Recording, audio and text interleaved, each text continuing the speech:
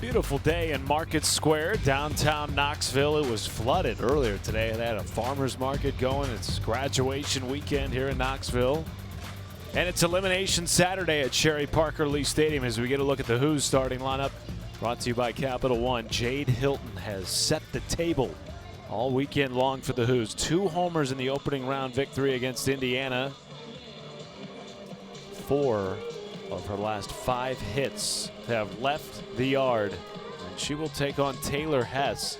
His second appearance in as many days in this tournament for the junior from St. Augusta, Minnesota. Leading off for Virginia, the shortstop, number 10, Jade Hilton. We saw Ella Trout pitch earlier today for Indiana in that win against Northern Kentucky to get them to this point. Only had to use Trout, so a lot of fresh arms for Indiana going into this game.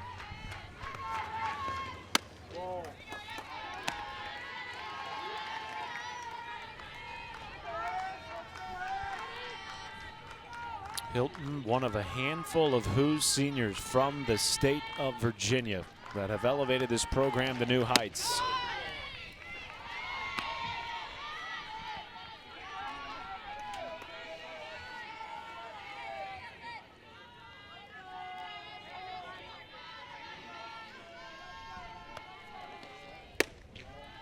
Prior to the 2024 season, the Cavaliers had not been to the NCAA tournament but once as a program, and now they've been 3 consecutive years.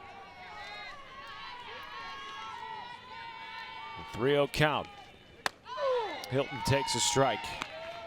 Her first home run at the regional was just a big statement for Virginia. They've had slow starts in both of their games here, one on Friday against Indiana and then earlier today against Tennessee.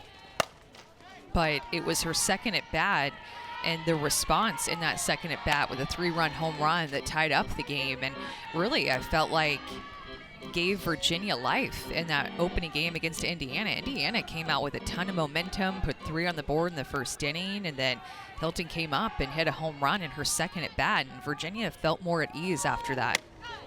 Hilton draws a leadoff walk.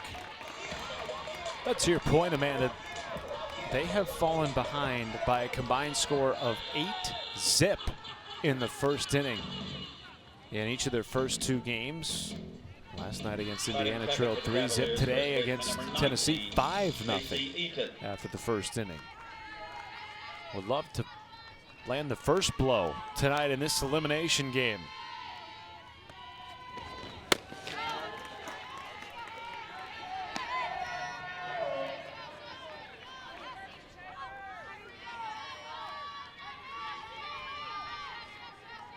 Macy Eaton, career high 428 batting average. Ball in the dirt. Throw is late and into center field. Hilton will stay put. Parker is exceptional behind the plate at throwing out runners trying to steal, but that ball was buried. And now time called as Shanda Bell, the pitching coach for Indiana, comes out. 6 of the first 8 pitches tonight from Taylor Hess have been out of the zone. We've seen both of these pitching staffs at times give up a lot of free passes, hit by pitches, walks, and those walks have oftentimes come around to score. Teams have really punished the opponent for the walks and hit by pitch.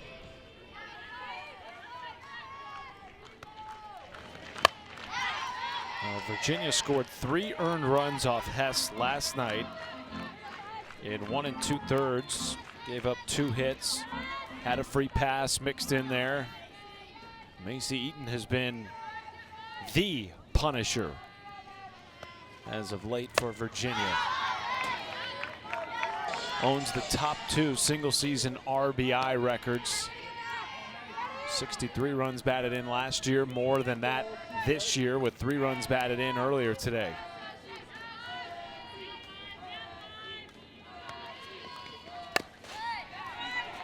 This top of the lineup for Virginia has so much experience. Hilton, Eaton, and Cabral. And the bottom of the lineup has found different ways to do their thing as well. And even Reagan Hickey in the cleanup spot had the walk-off RBI that won the game for Virginia against Indiana yesterday.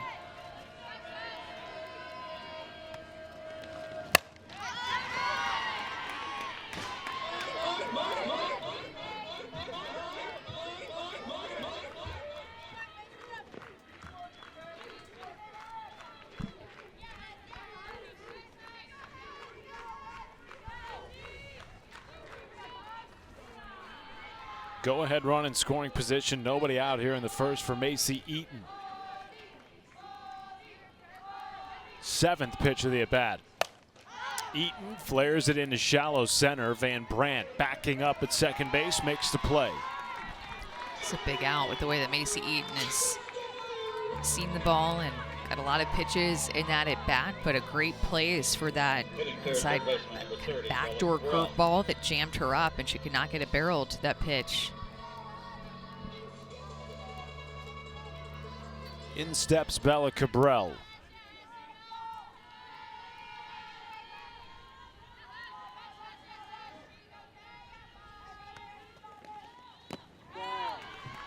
One of 3 different Cavaliers starters this year to suffer an injury and miss significant time. She missed 6 games in April. Cavaliers are still without their outfielder Kelsey Hackett, who was injured in the ACC tournament.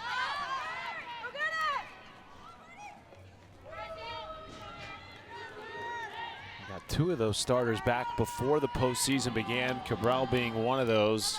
It's a program that has had its share of adversity throughout the course of the year. Still managed the winningest regular season since 2004 with 37 regular season wins.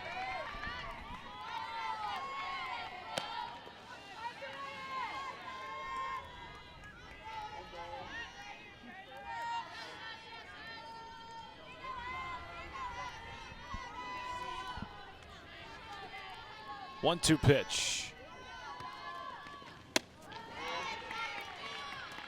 I think Taylor Hess kind of pitching against her scouting report early in this game. When you look at what she usually likes to throw, she's a little bit more down with her drop, curve, and changeup and backdoor curveball. In the air to left, and it gets over the head of Kettleman. It will score Hilton easily, and into second is Cabral. It looked like Kettleman may have misplayed that ball, initially reading it as a shorter line drive, and instead it gets overhead and off the wall, and Virginia strikes first for the first time in the tournament. Good job, Cabral, sitting back in a changeup and going down and getting it. I don't know if it would have made a difference, but maybe. I mean, it would have put her in a better position, that first step back with the better first step off of the bat to go out and catch that ball in the air. But a great swing by Cabral. And a 2-strike count. Indiana trails for the first time in this tournament since being walked off by Virginia last night. Never trailed in that game until the bottom of the 8th, and never trailed today against NKU.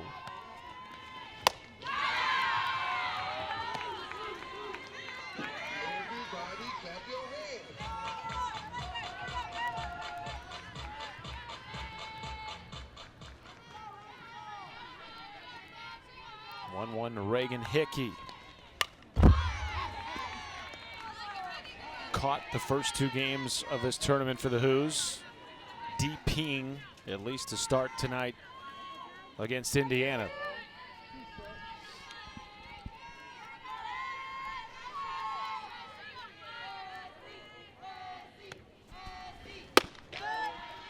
It's funny how quickly this game can humble you. You know, Reagan Hickey had the walk-off hit against Indiana on Friday night, and then in today's game against Tennessee went 0 for 3 with 3 strikeouts. You gotta love softball and the game of softball and what it can do to you as a player. Every player has been through that, the highs and the lows of a game and a 24-hour swing. How did you bounce back from being quote-unquote humbled in your playing days? Just try to put it behind you as quick as you possibly can. Just have some chats with your teammates, maybe do some journaling, maybe talk to your parents and they show you a little bit of love in between games.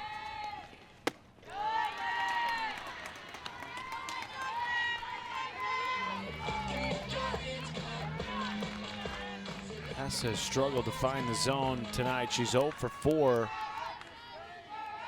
on first pitches. All have missed. This one is sent deep to center. Back on it going. See you later. It's a Hickey home run.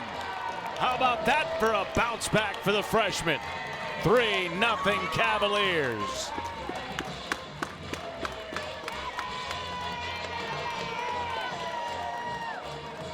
It's a home run by Virginia's number 17, Reagan Hickey, her 11th of the year. Reagan Hickey's 11th home run this season, and she gets one out over the heart of the plate. It's a mistake. Hess's command has just not been there at this point in the game, and what a swing. We just talked about it, that Hickey had the walk-off hit against Indiana. Here she does it again, a 2-run home run after an 0-for-3 game with 3 strikeouts against Tennessee. She responds here in the first inning. Time called behind the plate by Avery Parker. May we be seeing a pitching change here?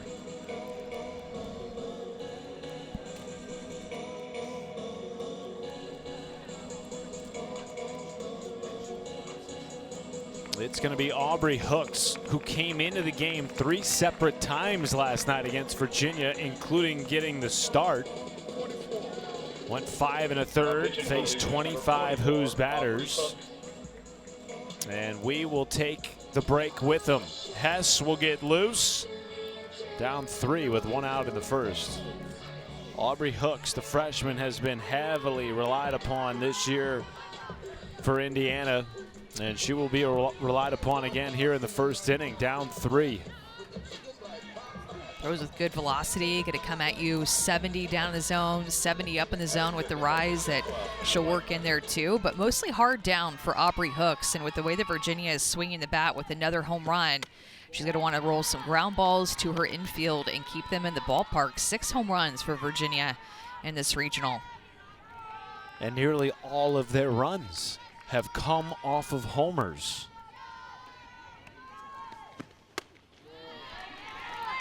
Just another example of a walk coming around to score. Leadoff walk to Jade Hilton, drew that walk, leadoff runner on board, and got Virginia going early in this game. 2-0 to Weismer.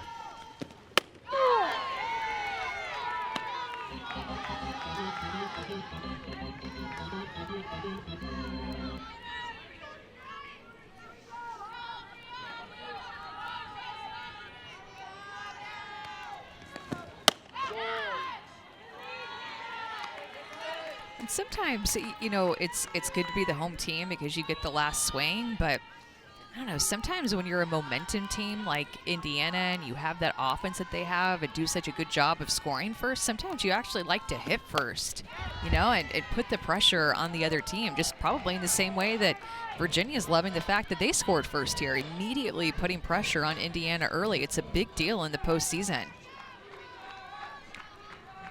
Until this game, Virginia had not led in the first inning of the NCAA tournament. 3-2 here to Weismer.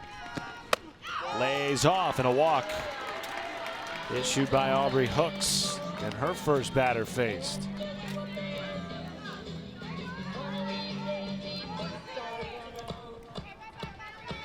Hitting 6, second baseman number 9, Alex Call. But Amanda, it was always going to be interesting in this second elimination game, 3rd game of the day here in Knoxville, how the pitching strategy would lay out for both teams. Indiana, of course, just played. Thankfully for them, it was a run rule victory in 5 innings, and Ella Trout pitched the whole game. But last night, they had to use multiple arms against Virginia, who then turned around today and used multiple arms against Tennessee. We saw a lot of pitching changes in that game between did. Virginia and Indiana last night. Expecting more of the same today. You know, Indiana's offense is not going to go away quietly. They're an offense that can score quickly too, and Joanna Harden and her team know every run is going to matter against this Indiana offense. Both teams fighting for their season.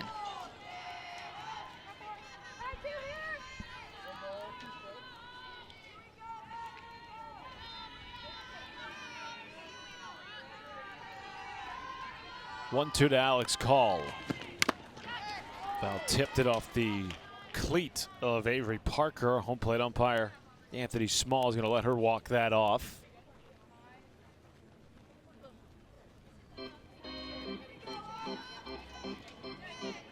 Parker, the captain of this Indiana team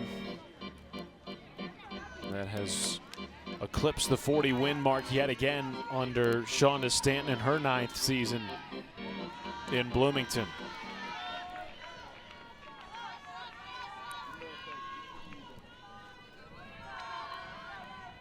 Another 1-2. That time is outside.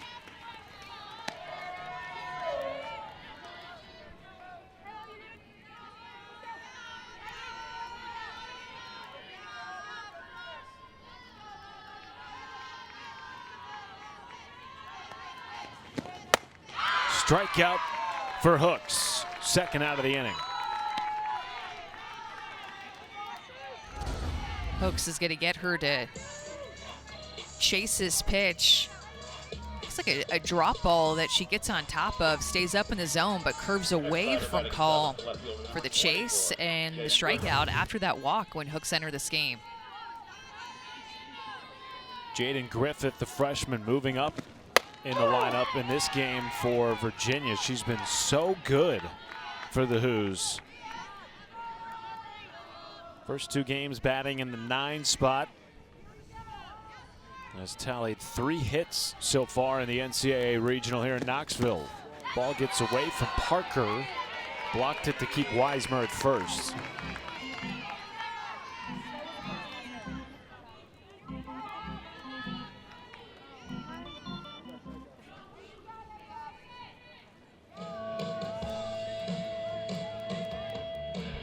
Parker's going to walk over and maybe switch out the pitch signal watch. Got to make sure you're getting the right calls. I've seen a number of catchers in this tournament have to do that. These are long days, folks. Some of the batteries don't last as long as we need them to.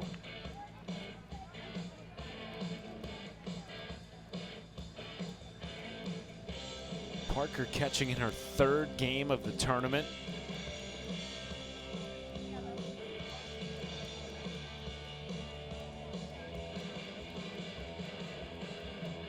That arm looks a little beat up too. Yeah, that's what I was wondering, if they were looking at something that they found while changing out her watch. You see some redness or a scratch around that area.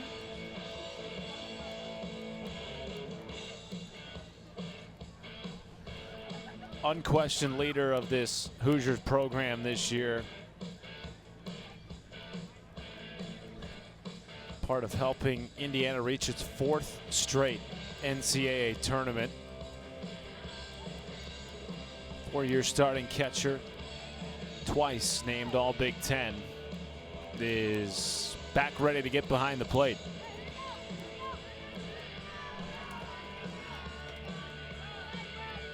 One count to Jaden Griffith.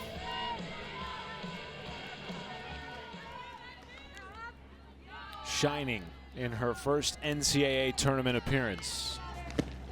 Takes the 1-1 on a hop to Bird, and that'll do it for Virginia. But the long ball for the Hoos. Back again tonight. A 2-run bomb for Hickey. Redshirt freshman stepping up after all the vets hitting it in front of her. A 2-run home run and a 3-run inning for Virginia in the first. Welcome back to Knoxville, Tennessee. A look at the Indiana Hoosiers starting lineup presented by Capital One. All 9 hitters batting .300 or better entering the tournament, including Avery Parker, who hit her team-leading 20th home run of the season earlier in this tournament against Virginia.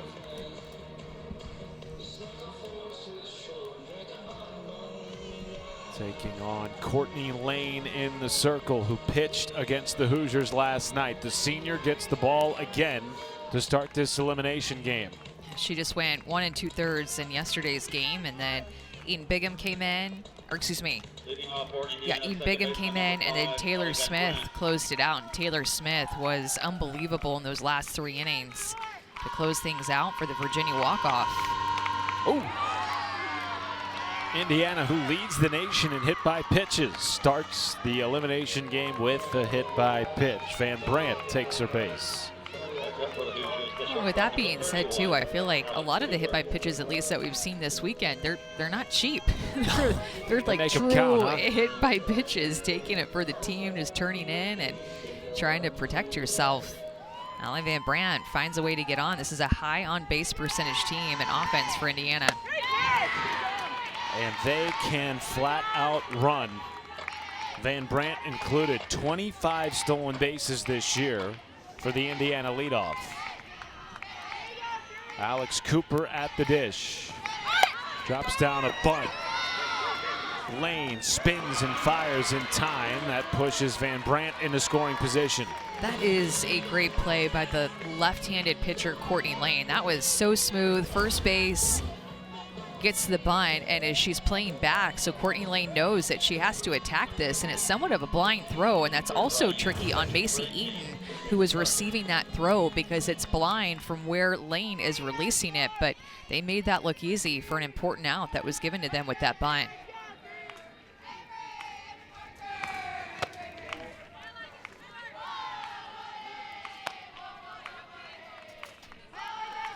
Avery Parker has been part of 3 40-win seasons in her 4 years at Indiana.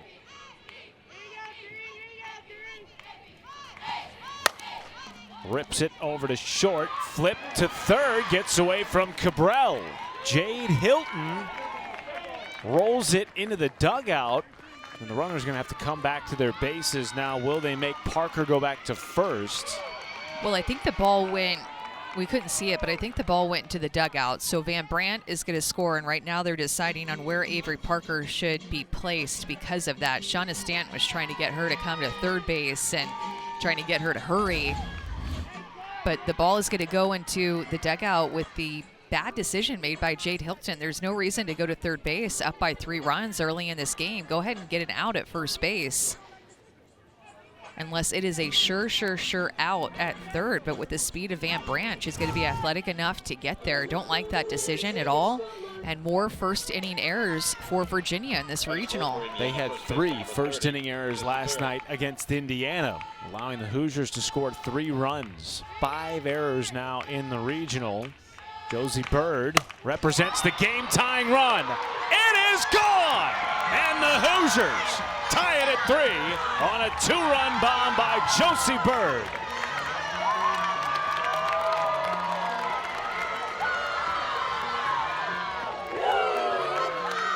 It's a home run for Indiana's number 30, Josie Bird, her 15th of the year. Josie Bird gets all of this 80 miles an hour off with the bat. It is a line drive. That pitch was middle. Yes, it was a little bit down, but a curveball that just hung out over the middle of the plate, and Josie Bird says thank you. She is on time, looking for that mistake the way that Indiana and Virginia's offenses both have done against each other. And again, the free passes come back to haunt both Virginia and Indiana. A leadoff hit by pitch for Van Brandt in the top half of the inning. It was a leadoff walk by Hilton that came around to score. Second home run of the day for Josie Bird. Had a 2-run bomb in the first inning against NKU earlier today. Ties up this elimination game at 3 apiece. Ball gets through the hole of Weismer and all the way back to the backstop.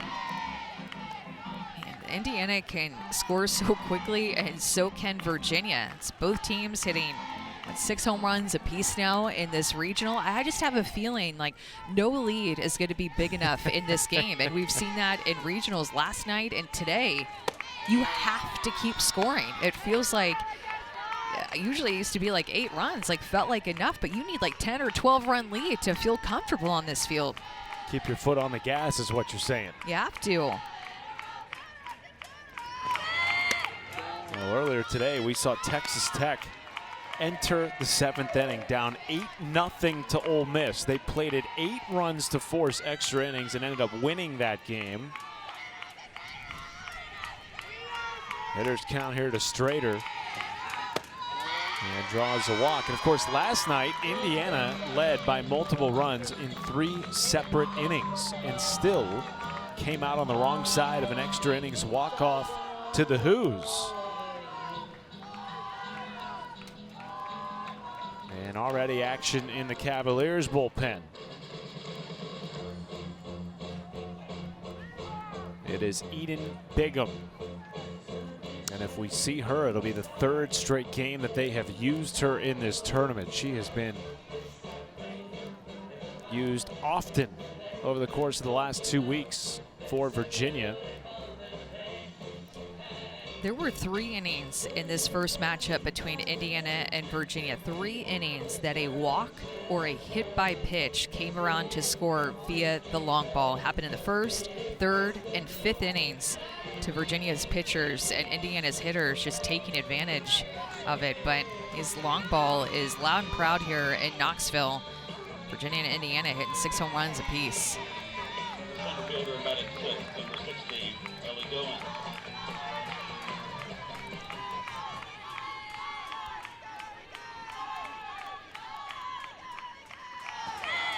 It only took 6 pitches seen by Indiana to tie the game. That is how explosive this Hoosiers offense can be. Top 15 in the nation in a host of categories, scoring nearly 9 runs per game this year. 0-1 to Goins, gets away up to second straighter without a throw. Remember, Reagan Hickey is the usual starter behind the plate for Virginia. Tonight, though, it is Weismer giving Hickey a blow. Does that entice Indiana to be even more aggressive than usual on the base path? It's already 7 stolen bases in the regional for the Hoosiers. Goins roped, foul, just past the mitt of Cabral. Indiana has over 130 stolen bases on the season. Over 85 home runs, so just a really well-balanced offense, something that Shonda Stanton, when taking over this program, was trying to build here at Indiana. Those were her goal numbers,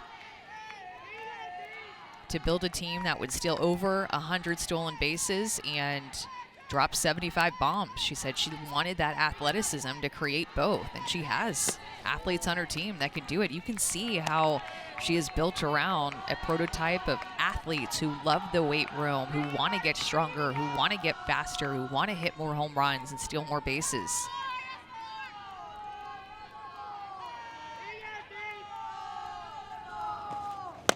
Two-two to Goins. Again, the lefty lane spinning and firing. 2 down as Strader moves over to third, and now the go-ahead run 60 feet away for Indiana in the first.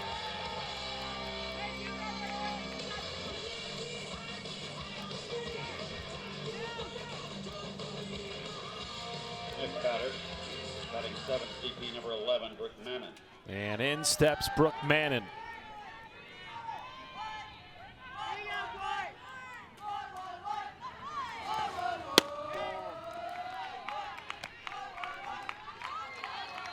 Transferred in the offseason from Arizona, where she was almost exclusively used in the circle. Did not get many swings at the plate in her time with the Wildcats.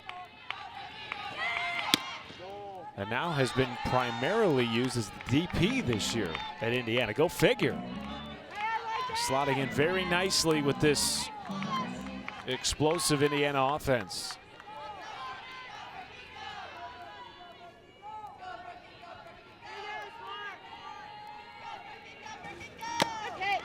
Well, they talked about, too, Coach Stanton did, about how aggressively she swings. You saw it there in that 2-0 count. An aggressive swing, high exit velocity. And what's different about her is that she gives them something different with the way that she makes contact. More of a ground ball hitter with a high exit velocity.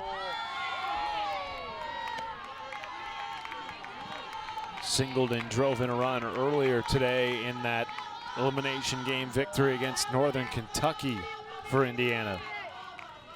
Winner of this game will get Tennessee tomorrow in the regional final. Helped Courtney Lane out there chasing that drop ball, and that may be exactly what Courtney Lane needed for some confidence in this at bat to try to get her out and keep this a tie game.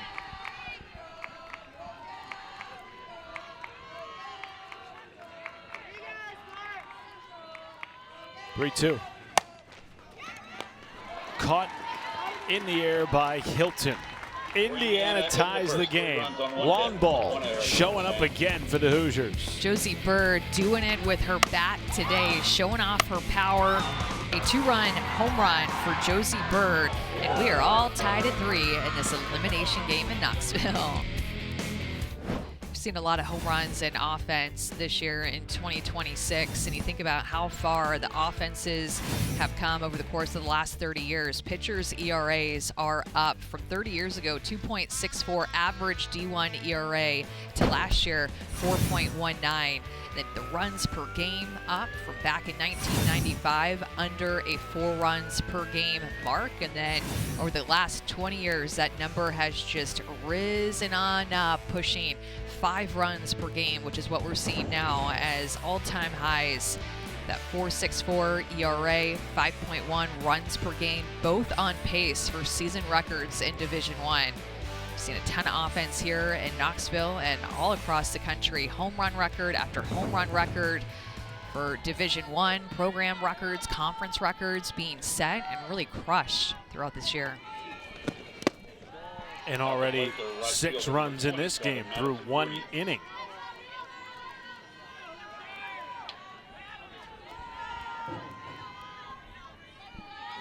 Both teams with a home run in the first.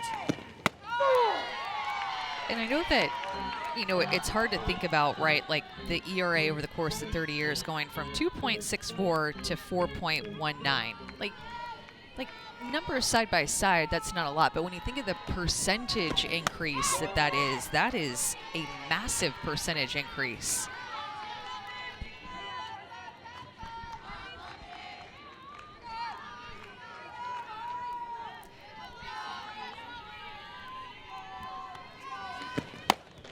Two-1 to Madison Green, smacked foul. Aubrey Hooks back in the circle for Indiana, came in to relieve Taylor Hess after she gave up 3 runs in the first. And it does seem like the strike zone is a little bit tighter. Hitters have more information than ever before about a pitcher, and every year that information gets deeper and deeper, down to knowing the exact mile per hour that they throw, what they like to throw, righties in certain counts, lefties in certain counts. And as a hitter, you go up with that information, you feel armed. Good pitch there from Hooks, her second strikeout.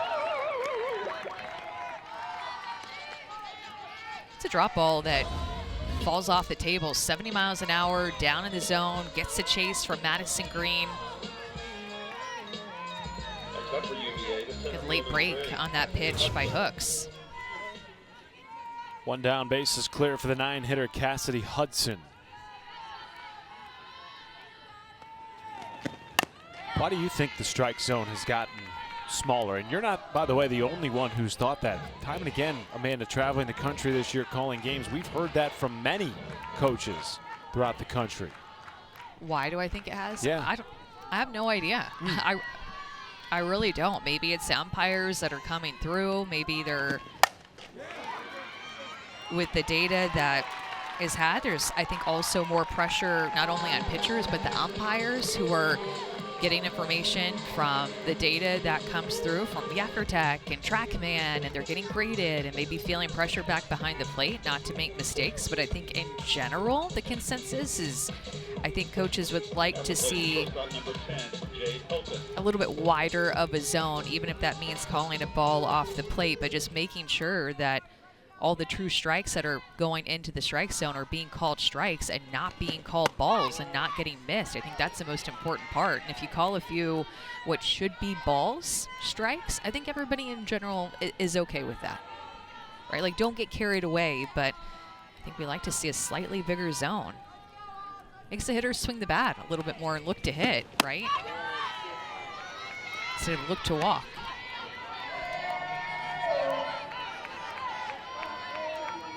Jade Hilton drew a walk in her first AB. Stole the bag, came around to score. Has been swinging it more freely in this tournament. It was 2 for her last 17 prior to entering the NCAA tournament. Very out of character for arguably one of the best hitters in program history. Certainly one of the best power hitters for sure. Rocked on the 2-1. Diving attempt, Van Brandt will not beat the speed of Hilton, who is aboard for the second time tonight.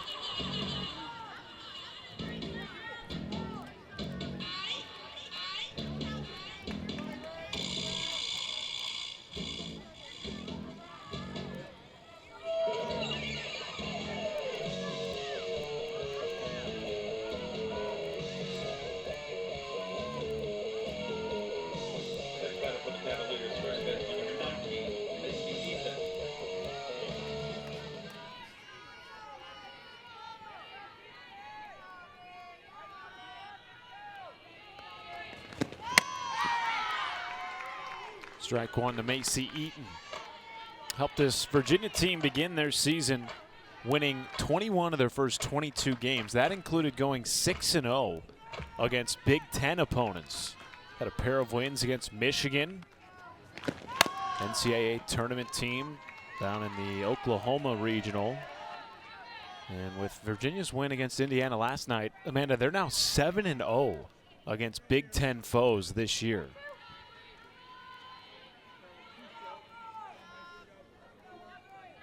Impressive mark for the Hoos, who finished 6th in the ACC. One of 8 programs out of that conference to make the regional. Well, and had some quad one wins as well. Virginia did throughout their season, something that Indiana was lacking on their resume heading into Selection Sunday, and why Indiana was likely one of the last 4 teams in to make the tournament. Besides, I mean, having a really good year, but not have a top 25 RPI win this year. Liner out to Van Brandt, tied at 3. Indiana will try to take the lead when we come back. NCAA Finals Division I women's softball. There it is. Let's see. This is going to be a bam-bammer. Oh, and she's safe. A great effort. UCLA Bruins are the champions. Isn't that what it's all about, folks? That was the first NCAA Women's College World Series Championship. UCLA has won a national record 12. Arizona right behind them, and Oklahoma. Game has come a long way since '82. Oh my gosh, I love seeing that footage and just thinking about how much we've grown over the course of basically 25 years. Wait, 45 years? Wait, hold on. 45 years. Yeah, sorry. Long day for everybody. Game 3. Game 3. Hashtag Game 3.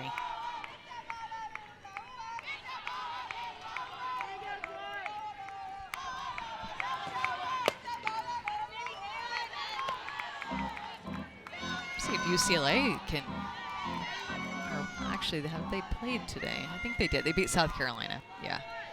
I just can't believe that Cal Baptist scored 10 runs against UCLA last night to take the lead. Good backhand at second. Slick play by Alex Call. I agree. Cal Baptist was up in that game. 11-7. Yeah, late into the game.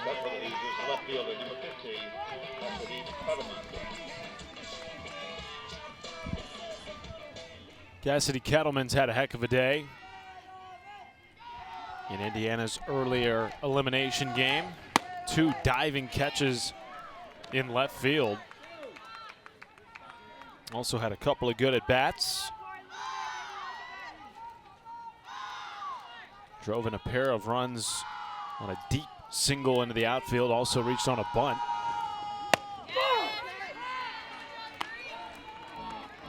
Told us after the game when asked, what do you prefer to do more? Hit a rocking base hit or make a diving catch in the outfield? She gave a very politically correct answer.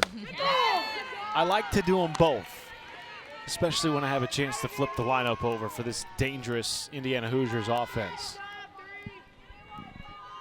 Hard to choose, but she made 2 diving plays in 1 inning in back-to-back batters.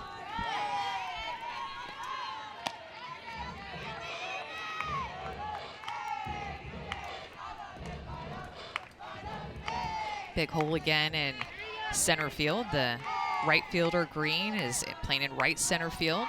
Big shift on Kettleman. Right into the middle of lane. Third ground out to the pitcher tonight for Indiana. 2 down.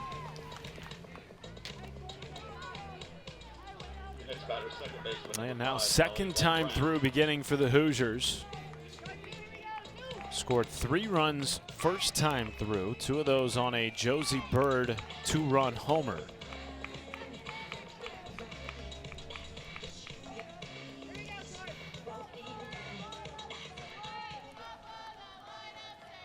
Bella Cabral, third base for Virginia here, just continues to play right in the face of these lefties. What a tough play at second base, and it gets away from Macy Eaton. Alex Call did her best. To even keep that ball in the infield was impressive. Infield single for Allie Van Brandt to extend the inning. Alex Call has been really good at going to her backhand, showing good range here, but Van Brandt has such good speed. Remember, she started out as a slapper and now swings away from the left-hand side, so not a lot of time for Alex Call to make that play. Great hustle by Van Brandt to quickly get down the line.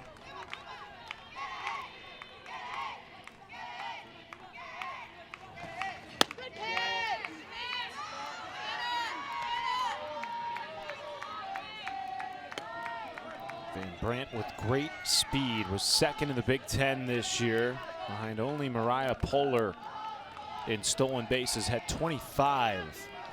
Stands at first, 1-0 count. Cooper fouls it back.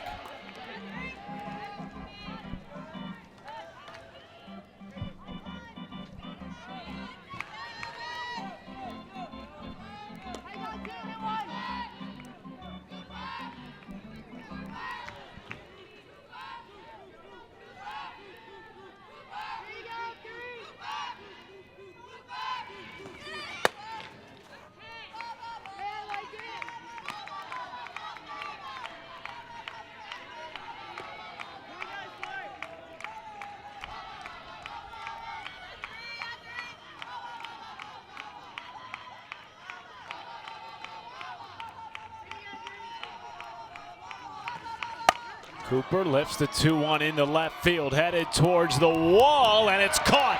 Crashing into the wall, the freshman Jaden Griffith. Have a tournament, Miss Griffith. That ball ends the second. It just continued to travel and travel and travel. In fact, the distance says 203 feet. At the left field pole, it is 200 feet, and then it bows out a little bit. But Griffith's route to get to that, she did not stop running into the wall, holding on to the ball when she crashes against the wall. She's been so good at the plate, and now we get to see her defense too. Oklahoma City again, the home of the Women's College World Series.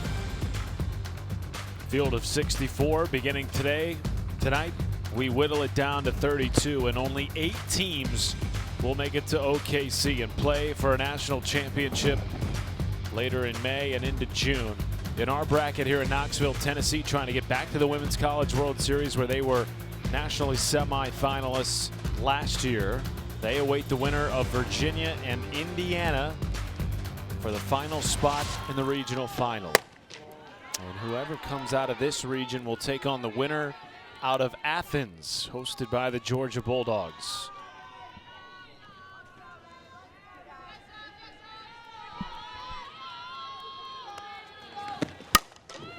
Good piece of hitting there to lead off the inning for Virginia. Bella Cabral with her second base hit of the game. I remember a time, Amanda, not too long ago, that if you were nationally seeded and hosting your own regional, it was almost a foregone conclusion that you were going to a super. And if you were a top 8 seed, we all figured, yeah, we'll see you in Oklahoma City. That is not the case anymore. This race to OKC feels as open as we have seen it in a long time. It's just really hard to get to the Women's College World Series. I know that quite a few teams make it look easy with all the appearances that they've had, but it's not easy at all. I mean, these 4 teams are national seeds in the elimination bracket, so one loss away from their season's ending, even though they were a top 16 national seed. That was earned from how well that they played throughout the season. A lot of hungry teams this year.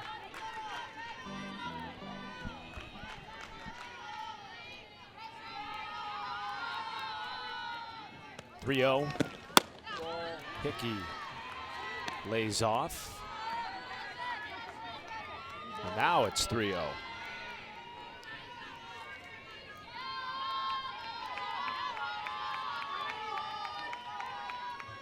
Homered earlier tonight off Hess, knocking the Indiana starter out of the first inning.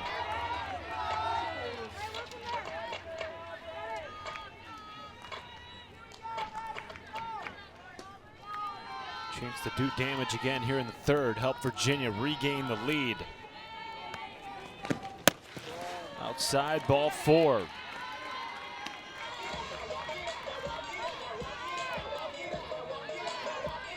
Second free pass issued tonight by Hooks. So now 2 on and nobody out for Virginia.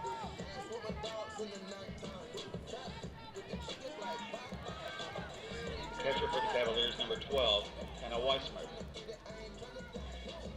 And Shanda Bell, the pitching coach for Indiana, out of the dugout. It's a big opportunity here for Virginia in this tie game. Right now, everything has been identical. 2 threes put up in the first inning, 2 zeros put up in the second inning. So we'll see what happens here in the third, and if Indiana is going to match whatever it is that Virginia does in the top half of the inning. Shanda Bell wanting to make sure that her and Aubrey Hooks and Avery Parker, everybody on the same page about how to attack the middle of the lineup here for Virginia with 2 on and nobody out. Don't miss a minute of the action from the NCAA softball regionals. We will take you to the best live action on the 7 Innings live show over on the app. You can see every game, every big moment on the road to the Women's College World Series, only on the ESPN networks.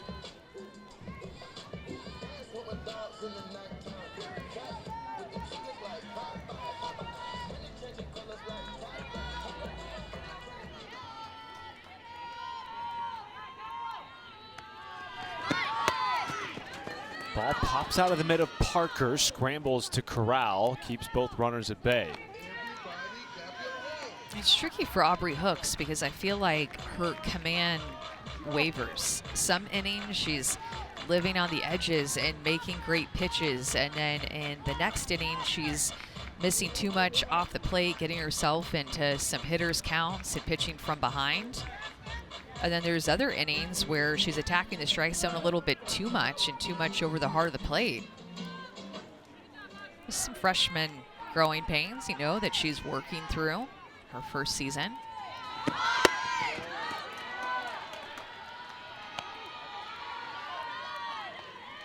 Some pretty big misses right now in this inning for her command and where she's at.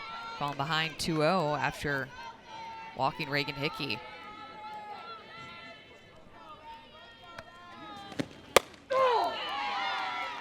Well, you mentioned it earlier when she came into the game. She is a down ball pitcher. Inducing ground balls is the name of her game, and Indiana has turned 33 double plays this year. That's among the top 10 in the country. They would love to get one here. That's why it's not too surprising for Coach Harden to call a sacrifice bunt. They're just trying to put the ball down, move both runners up 60 feet, trying to avoid that double play, but not able to put it down. And now Hooks has 2 strikes. Ropes it into left field. Kettleman comes up throwing, and they will hold Cabral at third. The bases are loaded for Virginia with nobody out in the third. Weissmer goes up to get this. Again, that's a pitch that looks to me like it has drop ball spin, meaning it is over the top spin and it stays up in the zone right into the swing path of Hannah Weissmer. Turns on that inside pitch out over the heart of the plate. Virginia has a huge opportunity here.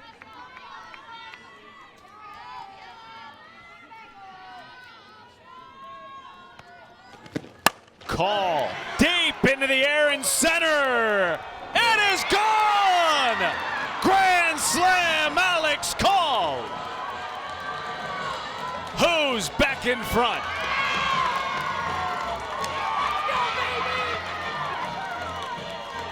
That's a home run by Virginia's number 9, Alex Call, their 8th home run of the year, the second Grand Slam. That's her second home run of the day for Alex Call, but this one has to be the biggest one of the day. A grand slam to break up this tie. Alex Call playing such a good second base and taking hacks like that. 70 miles an hour off the bat, about 220 feet for distance. More of a line drive that got out of here. What a swing. And again, Virginia able to capitalize on a free pass, get the first 3 on in this inning. Alex Call, just a no-doubter off her bat to give a 4-run lead to Virginia.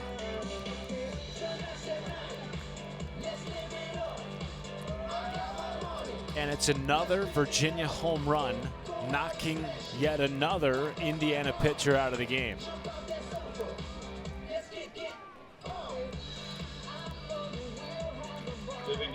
Brooke Mannon will slot in on the rubber. Began the day as the DP for Indiana.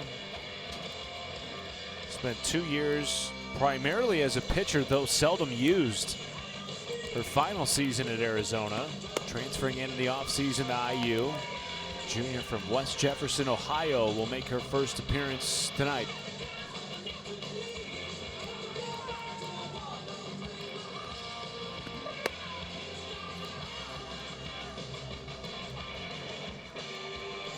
Tricky part about Brooke Mannon entering this inning is that there are no outs. Virginia, first 4 in this inning, have reached. Cabral getting things going. I mean, what a great job by Cabral to get the leadoff on, second time in this game, and in both times that they've gotten the leadoff on, they've put up a big number on the board.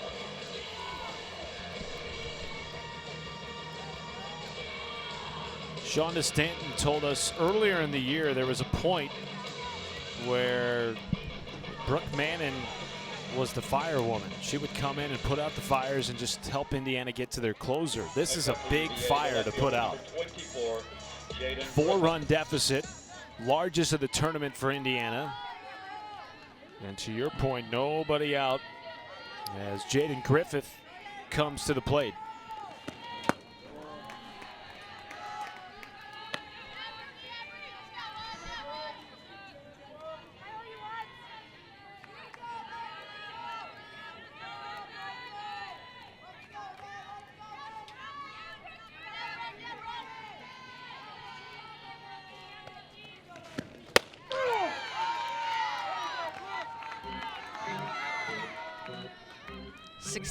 Of the runs that Virginia has scored in this regional have come off of their 7 home runs. That is 16 of their 20 runs that they have scored have been via the long ball.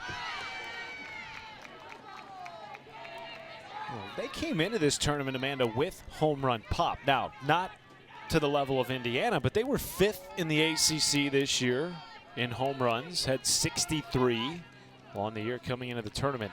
7 already through 2.5 games played here in Knoxville. Griffith lines it into the mid of Van Brandt. First out of the inning.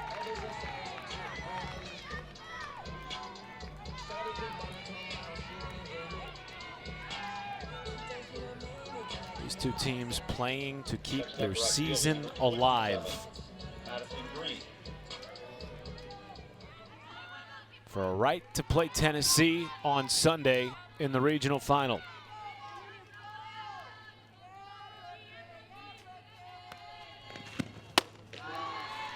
Upstairs to Madison Green. Coming into the first matchup that Virginia and Indiana played each other, you thought Virginia had the pitching edge, Indiana had the offensive edge, and Virginia, it's been their offensive edge in the big moments where they just have not gone away. Green flares it into right. Van Brandt called off. It's Goins. 2 outs.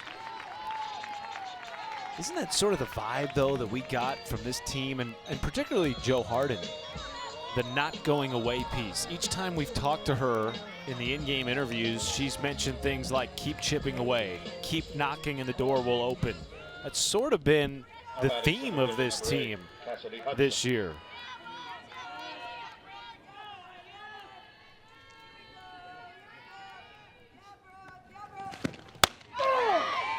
Yeah, this Virginia team has had really high highs this year and really low lows, in their words, not even in our words. That's what they told us on Thursday.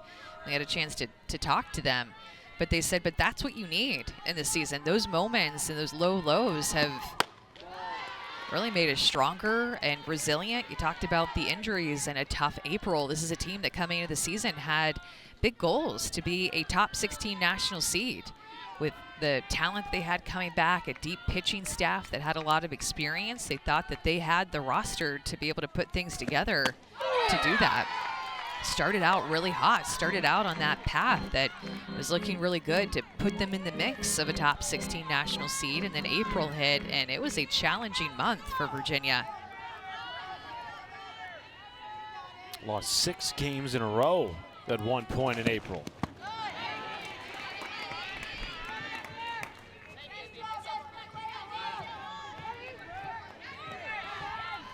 Scored just 3.7 runs per game that month. The ERA way elevated for a staff that was top 3 in the ACC.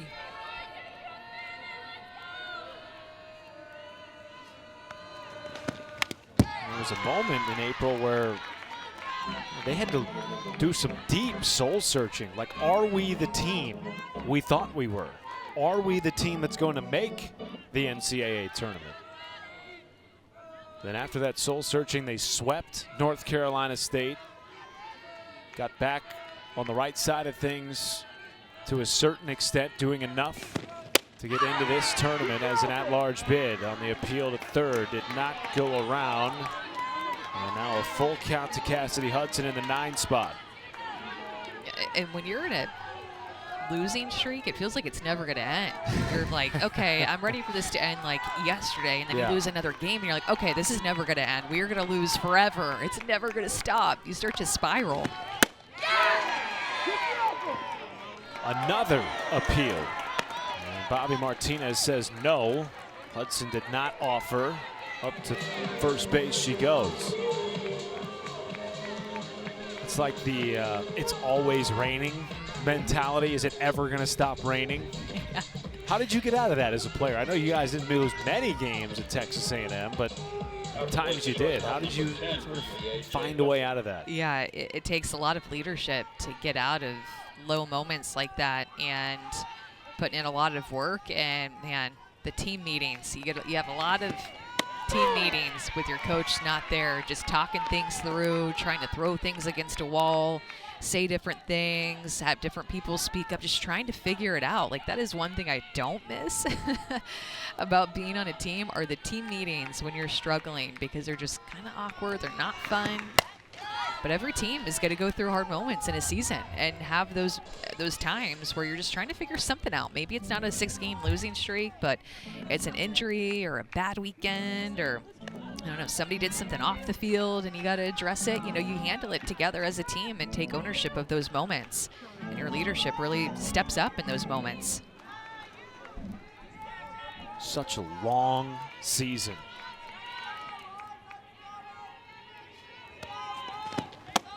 And if you're lucky enough to make it to this point, you've played over 50 games together, plus fall ball, summer training.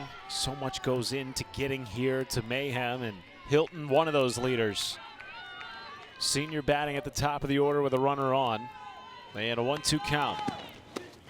Check swing, she went, according to home plate umpire Anthony Small, and that gets Indiana out of the inning, but an Alex Call grand slam gives the Hoos the lead. Seems like a long time ago now that Alex Call stepped up with the bases loaded and hit a grand slam. That's her second career grand slam, and she gives Virginia a big 4-run lead at the bottom of the third.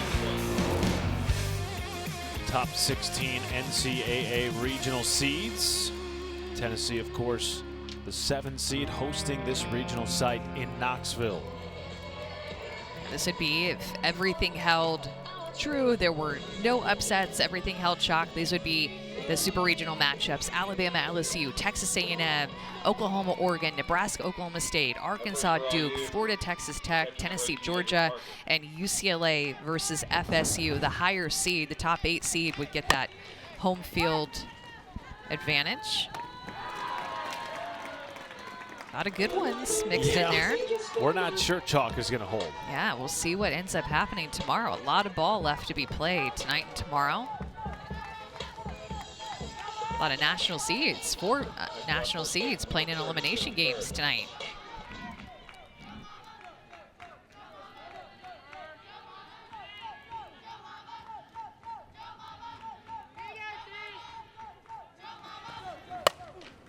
Good piece of hitting there to opposite field. Off the bat of Josie Bird, who's had a nice night. Second time aboard for the first baseman.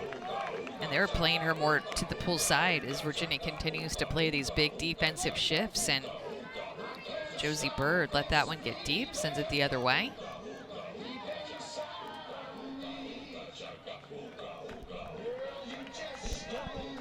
They will pinch run for Bird.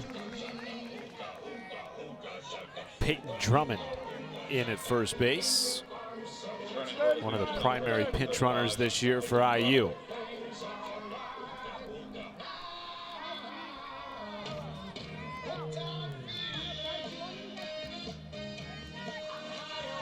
At the plate for IU, third baseman number 8, Madeline Strader.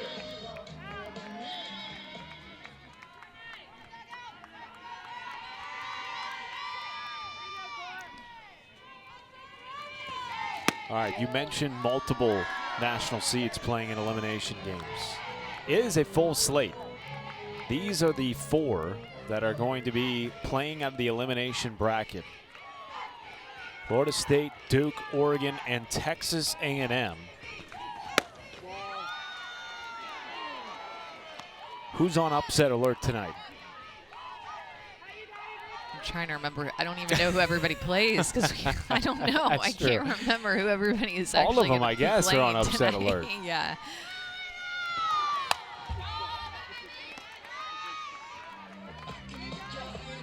I think they started pretty early. Florida State did. I think they might even have. Yeah, they won twice today, so they made it through. They'll be playing tomorrow and trying to take UCF to Game 7 and foresee if necessary game. UCF has played very well. Texas A&M playing UConn later on tonight.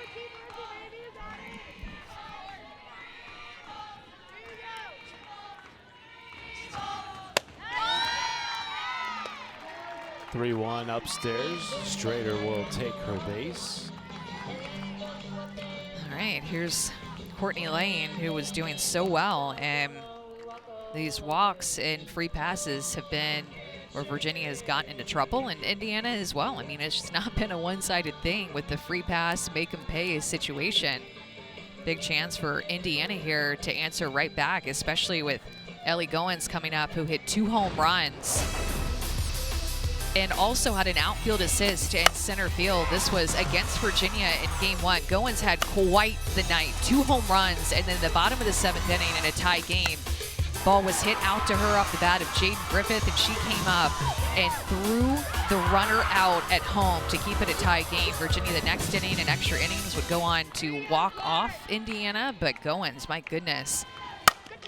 Right up the middle, into the shift, off the glove of Call, around to score Drummond on a very hard-hit ground ball by Goins. She's just Indiana cuts into the deficit. She's just making such hard contact when she is stepping up to the plate. I mean, she has been on a roll, and Peyton Drummond was just ready to go, head down, pumping her arms, trusting her head coach, who's sending her, not second-guessing at all. You have to have that trust with your third base coach when they're sending you on a ball that's in the infield. You're unsure with your own eyes about where it's at, but they trust Shonda Stanton and their speed. 6th run batted in of the weekend for Ellie Goins. Very familiar with this Virginia pitching staff. Transferring in, remember, earlier this year from North Carolina State, an ACC foe. But this is her first NCAA tournament in her last season of college softball, and she is taking advantage of every moment. Man in high hopper, gonna be a tough play, and it's made by Alex Call, who gloved it and kept her foot on the base blindly. It's her grand slam hitter right there, playing a good second base. She keeps getting challenged to her backhand, and look at her make that pick and drag her foot across second base for the force out. What athleticism by Alex Call to get an out. That easily could be a short hop or a hop that hits her glove and she bobbles. It's not easy at all. An important out in this inning. Get a second out. Joe Harden is out, brings her infield defense in. Runners at the corners for Indiana. The game-tying run will come to the plate in the form of Hannah Haberstroh.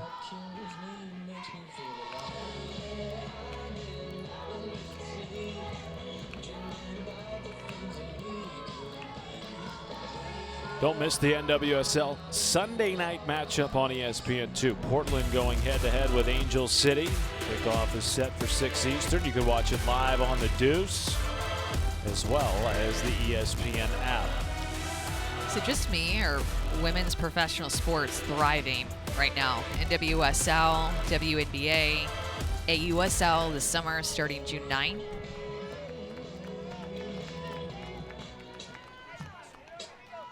All of them.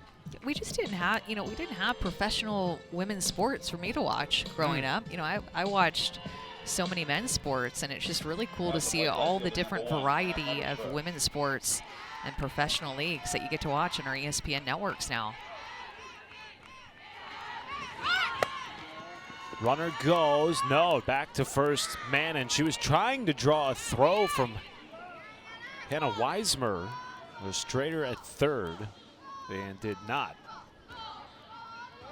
Everybody's kind of looking into the dugout. You can tell, like, did I do the right thing? Is that what she wanted me to do? Like, is that what we just talked about in our timeout? Runner goes. Well, she's really trying to elicit that throw. Stopped middle of the base path and then retreated back to first. She's getting a lot of sprints in over at first base right now. Brooke Mannon is, you're right, trying to draw that throw, especially with 2 outs, trying to lure Virginia to make that throw. There she goes again, and she will take it all this time. So now 2 in scoring position for Indiana. They are 2 for 6 tonight with runners in scoring position. 1-2 pitch. This is upstairs. Shonda Stanton, of course, head coach for Indiana over at third base, will coach in the AUSL this summer for the Chicago Bandits.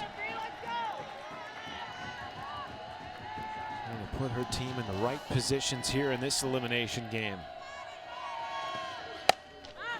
Popped foul, it'll get out.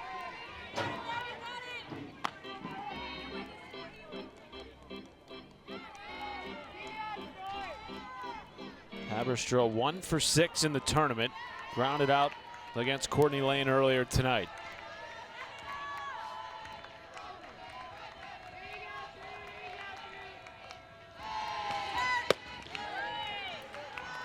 Should she reach, Cassidy Kettleman awaits in the 9 spot.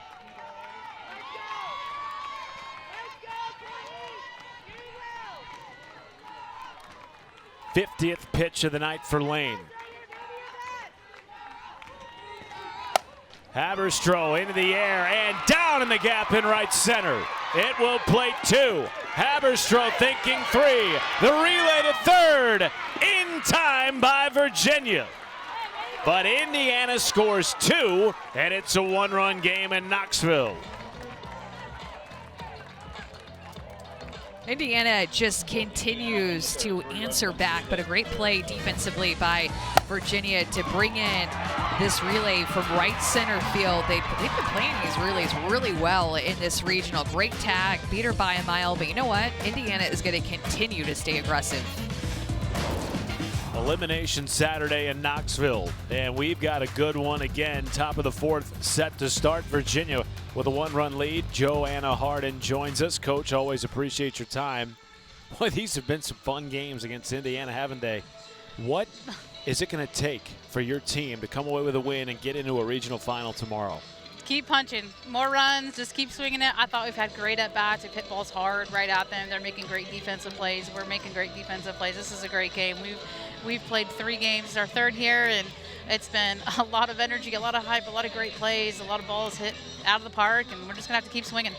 Coach Courtney Lane, still in this game for you at this point. What is your pitching plan as you move forward? Give us some insight here. Yeah, we're probably going to make a change here pretty quick. And, Taylor threw 5 2/3 earlier today in game 1 and gave us a lot. So she's limited tonight. So she's available, just not quite yet. So we're going to, rely on our seniors. They know what it takes, and we trust them. So we'll probably get Biggie in here pretty quick and get us through this game. Thank you, Coach. Appreciate it. Thanks, guys. Go Hoos. Well, her senior class is very experienced, particularly in this postseason. Hoos have been here 3 years in a row. One of those times was in the Knoxville Regional. First for Virginia in the fourth. First baseman number 19, Macy Eaton.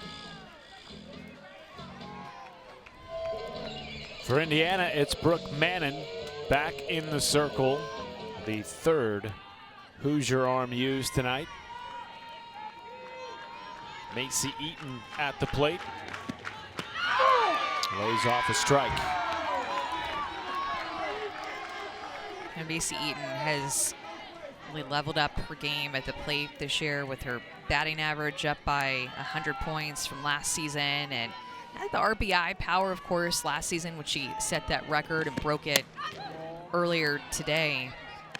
But she talked to us about her mental game just being different, how she focused on it. She, before games, will journal and write everything down in her head, and she feels like by writing things down and journaling and taking all the thoughts and fears and worries, concerns out of her brain and putting them into that journal, that her dad actually got her. It's really put her more at ease in the game, out on the field, when she's up at the box. And she said her dad got this leather journal for her. There's Bible verses in there, and also how proud he is of her, with just messages from her dad to her that she keeps referring to. Of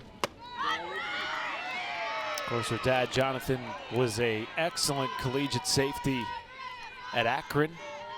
Then got a cup of coffee in the NFL with the New York Jets. And now watching his daughter Macy and Virginia battle Indiana here, 1 game away from reaching a regional final again in Knoxville. Eaton draws a walk. First time aboard for the Hoos starting first baseman. She writes affirmations and things that she's grateful for in that journal as well. But I just love hearing what works for different players. I mean, there's a significant jump from last year to this year, and she's really freed herself up mentally. And this is what's worked for her. Third baseman number 30, Bella Cabral.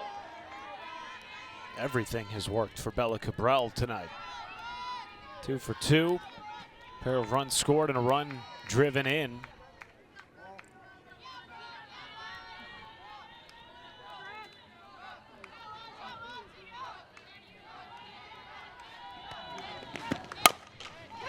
Over to third. They're going to try to turn 2 and won't have enough time to do so. But Madeline Strader does get the lead runner. 1 down and a runner at first.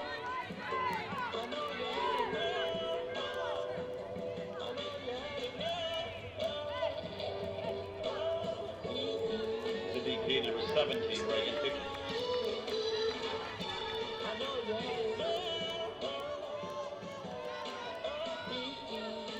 Big deep breath from Hickey, who's had a fantastic tournament.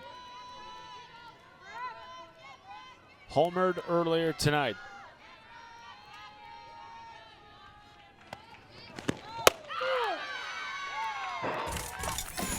Got a full count. Reagan Hickey first at bat. Get Virginia on the board after a Cabral RBI, a 2-run home run for Reagan Hickey.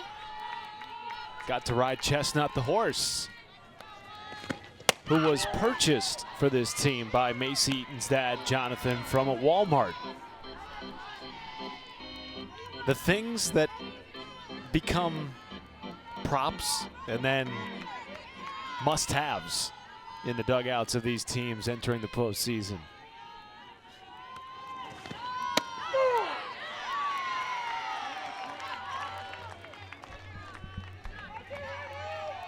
It's a nice changeup by Mannon to work the outside corner. It seems like these right-handed hitters for Virginia are finding themselves a little bit off the plate, giving themselves a lot of room. They're not crowding the plate whatsoever.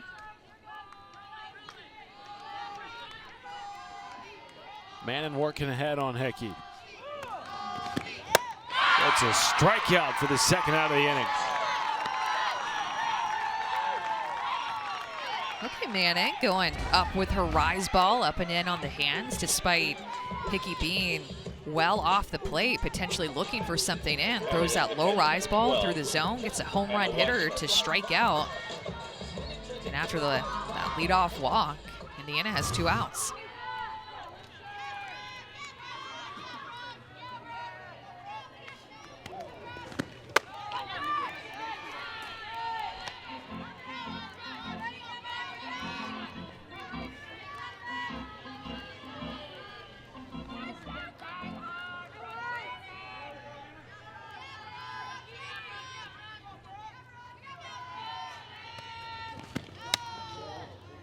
Two-0 count to the freshman from Woolwich, New Jersey, Hannah Weismer.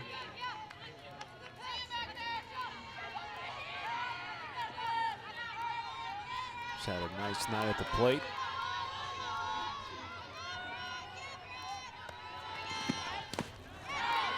Good block by Parker. 3-0.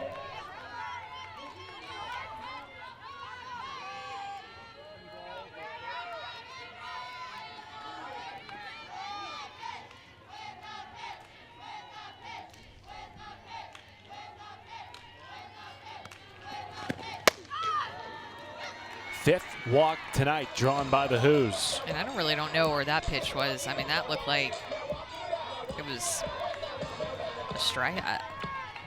I really don't know where that pitch was, but that's the prime example that I'm talking about, Matt. Like, that has to be called a strike. To me, there's no question that that was a strike.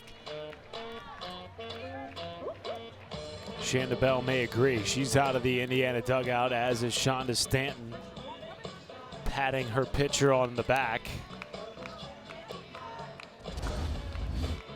I'd be willing to take some opinions on where you guys think that this pitch was. Maybe It's belt tie, but it crossed the plate lower than belt tie. I don't get it. Chime in on Twitter, why don't you? Take a vote. So 2 on and 2 out now for Virginia, and you got to watch out here, Amanda, because the grand slam hitter Alex Call is due up for the Cavaliers. It came in her last at bat in the 3rd. 2 home runs today for Alex Call, and this last one was a grand slam to give Virginia a 4-run lead. What a day that she's had. You can tell that Alex Call is a gamer. We've seen it at second base. We've seen her do big things up at the plate with her 2 home runs in the 2 games today, 6 RBIs, 3 for 5 today. Impressive day for Call. It was her 2nd grand slam of the year, and at the time gave Virginia a 4-run lead. That has dwindled to 1. And as you alluded to earlier, you better keep scoring runs in this tournament. Foot on the gas, but particularly against IU.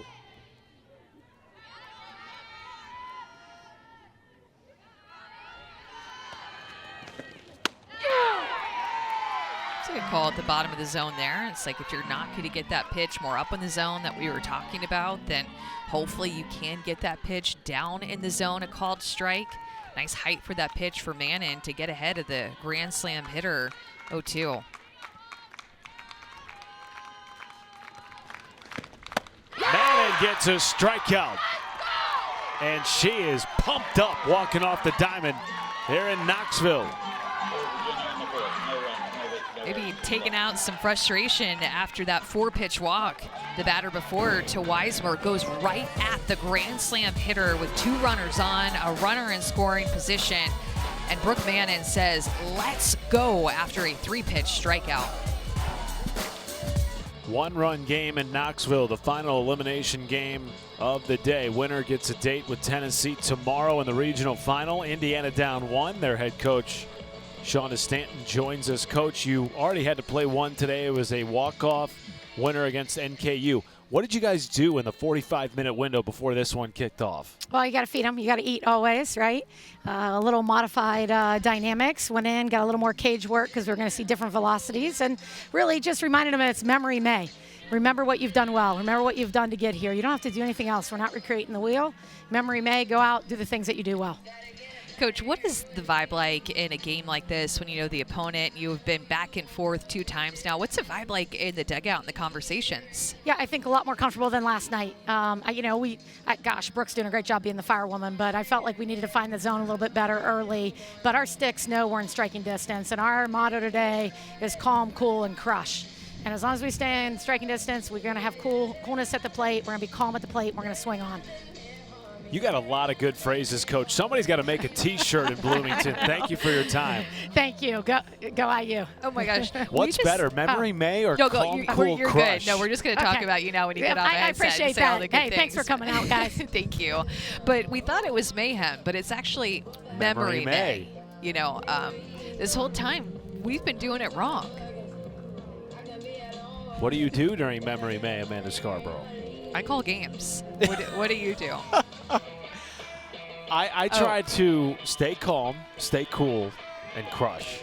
Okay, so instead of calm, cool, and crush, I call cool and crush. Oh, Crush I see games what you did that there. I call. Here we go. Eden Bigham is coming in yet again for Virginia. She has pitched now in all 3 games of their regional so far.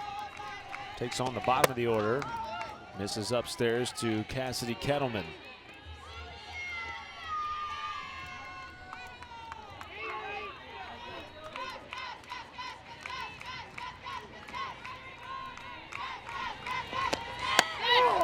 Nice change up there by Eden Bigham. And Eden Bigham, senior all-ACC pitcher, pitched against Indiana in yesterday's game, gave up those 4 earned runs. Probably going to give them a different look today, and she can with that changeup that she's worked her career on. Bunt drop down. Kettleman beat it out. Bang, bang play on the throw by Weismer. And another bunt single for the 9-hitter of IU. That's the 2nd of the day for Cassidy Kettleman. When she deadens it like this, there's really no getting her out. Look at Bella Cabral. She's crawling up the line, anticipating a bunt, and instead Weismer takes it. But it's just in the perfect spot. Kettleman has all that speed. She uses it to cover ground in the outfield and gets down the line with a bunt single. Tying run is aboard in the 4th.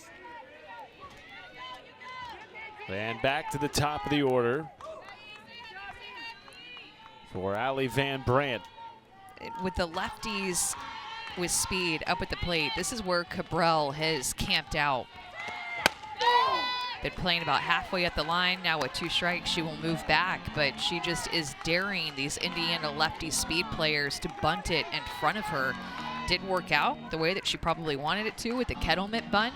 Didn't get a chance to throw her out, but she's ready for the lefty speed. 0-2. Upstairs. That looked like it just went right over her head, didn't it? She's already been hit in the helmet once this weekend. Last 3 plate appearances for Van Brandt. Single, hit by pitch, and the walk-off homer to send her team into a 2nd elimination game.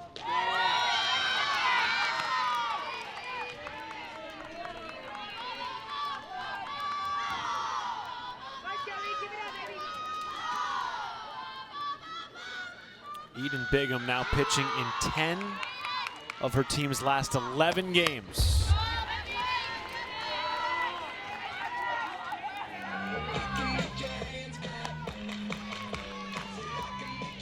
A seasoned senior from Rustburg, Virginia, big-time performer over the years. Two-time first-team All-ACC hurler. 2-2.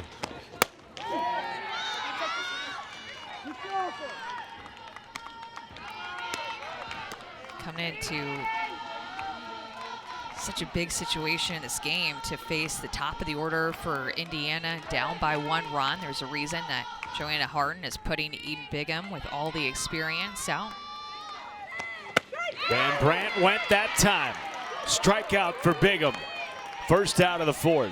Got her to chase off the plate. This didn't ever really look like it started or ended as a strike, but Van Brandt being aggressive, chases that outside pitch well off the plate, and Bigham gets a strikeout against the home run hitter that we saw earlier today in the walk-off home run against Northern Kentucky. Ball 1 to Alex Cooper. Still in search of her first hit of the tournament. Comes to the plate here, 0 for her previous 7.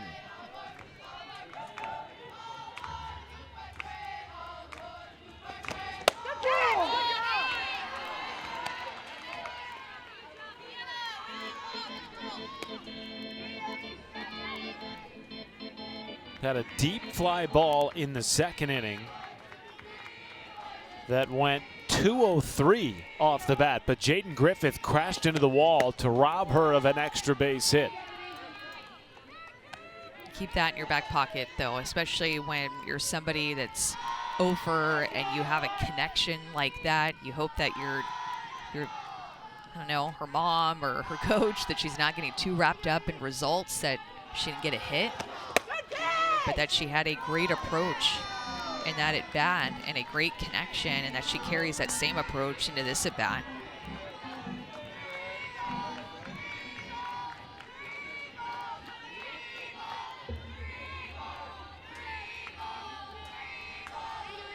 Hitters count. That's a strike. Full to Cooper.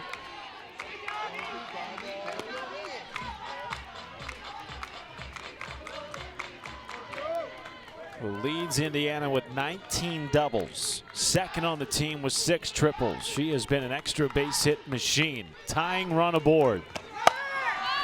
Mile high pop up. It'll stay in the infield. 2 gone. She just missed that.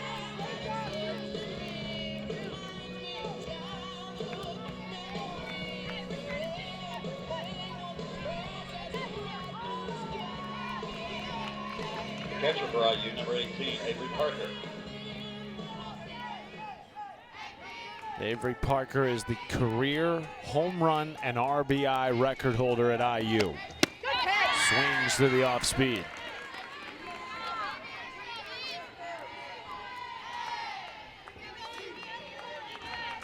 Been out in front of a lot today. Tell being kind of antsy, a little bit aggressive. So of course Bigham goes with that changeup first pitch. Ball gets away from Weismer, and now the game-tying run in scoring position.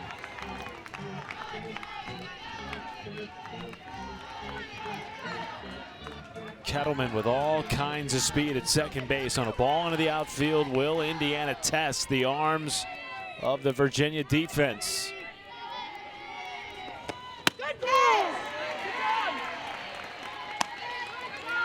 Bigham has pitched her tough in this at-bat.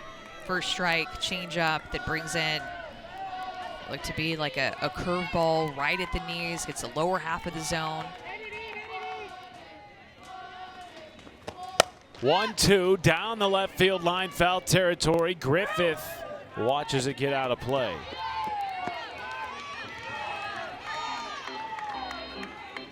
Indiana tonight 3 for 7 with runners in scoring position.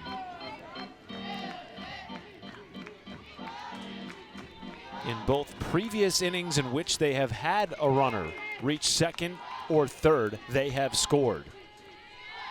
Runner at second here. 1-2, flared over the head of the second baseman, Alex Call. And Kettleman will score to tie the game at 7.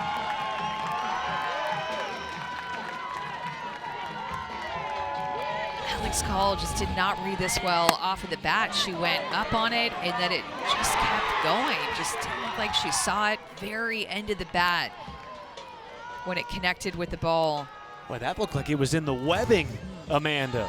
Just not an easy position to catch a fly ball when you get to that spot and you're trying to retreat back after a bad read, and that will go down as an error, and this game is tied after that error. Sixth error of the tournament for Virginia, and it cost them again. And now Josie Bird, can she do damage again?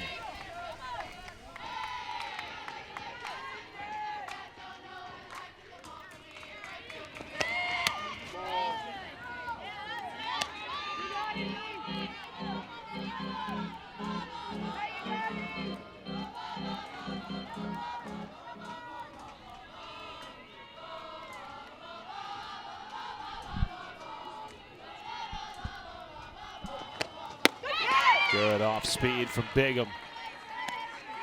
Bird is 4 for her last 5 in the tournament with 2 homers. Bigham trying to keep this a tie game going into the 5th. Go ahead run aboard with 2 outs. Knew she was going to go right back to that changeup, thrown it multiple times to Josie Bird, who had a home run in her first at bat. They're playing her to the pull side, so expecting her to be out in front of that changeup, expecting her to pull toward the left side, and second base and right center field is wide open if she can stay on one. Bird flares it, infield caught. Hilton ends the inning. Indiana ties it at 7 apiece. Are you having fun yet? We go to the 5th.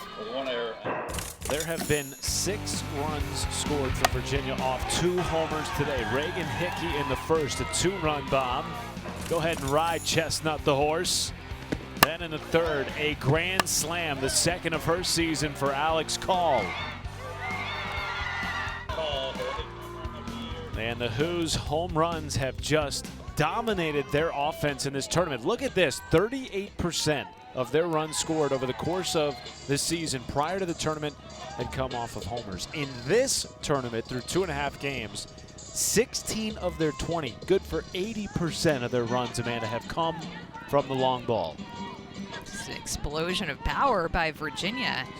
That we would expect nothing less this year in 2026, but for home runs to rear their head in the NCAA tournament, we've seen it all year long, and now players are swinging big. Season's on the line. OKC on the line. Mannon back in the circle for IU. Delivers a strike to Jaden Griffith.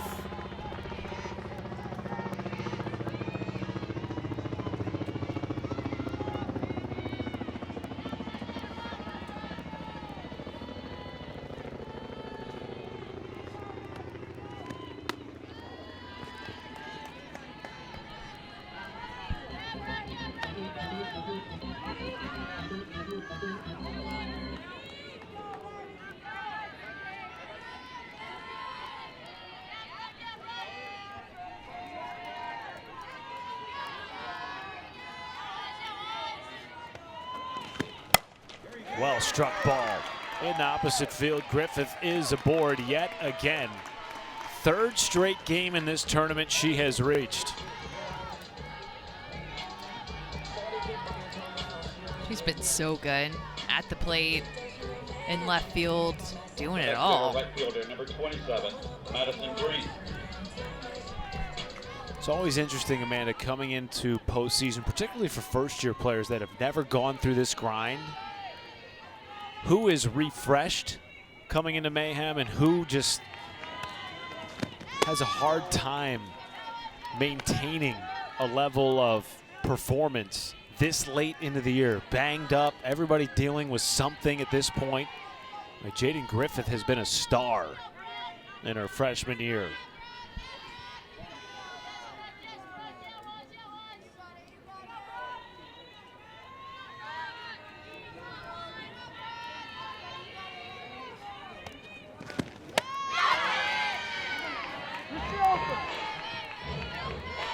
Two-0 count to Madison Green.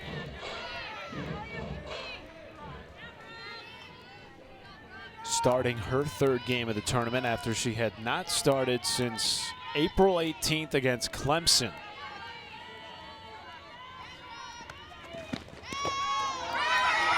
Up to second without a throw goes Griffith. And the go-ahead run is in scoring position. This is eerily similar to last night's game between these two teams. Punch, counter punch all night long.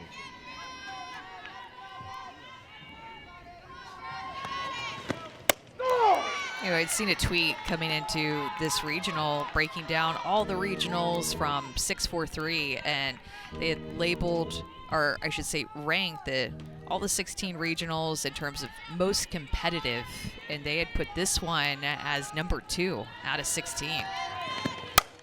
Green, moonshot, forget about it! Another bomb for the Cavaliers.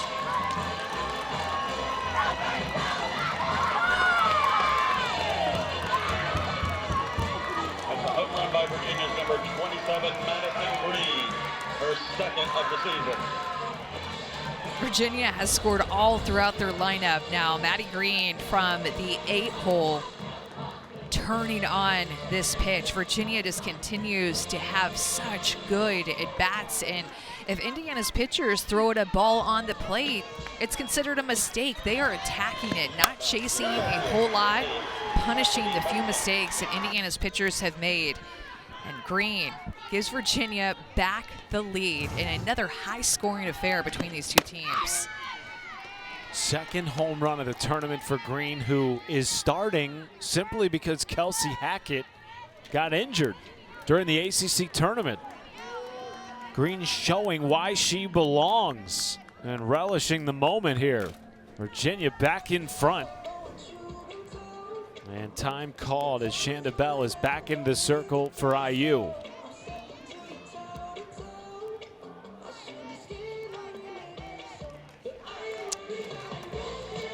And Ella Trout getting loose again with Taylor Hess, who started this game, gave up 3 runs in the first inning.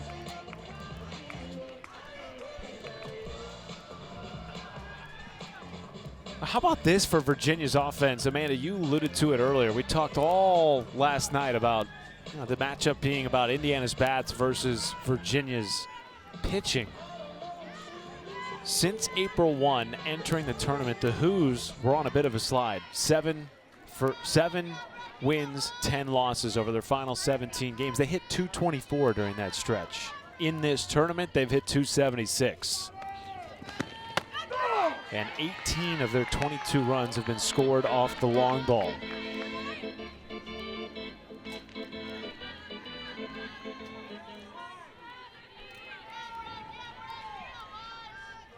That's a lot of dingers between two teams. 29 runs between two teams. And the wind has not been blowing out or anything here. The wind last night and tonight actually isn't blowing at all.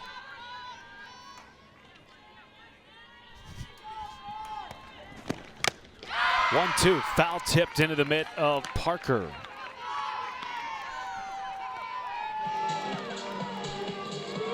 Good response by Brooke Mannon. Get the strikeout of the 9-hole. Payne set outside corner. Great location for Mannon. That's a play to shortstop number 10 for UVA, Jade Hilton. Back to the top of the order here, Jade Hilton.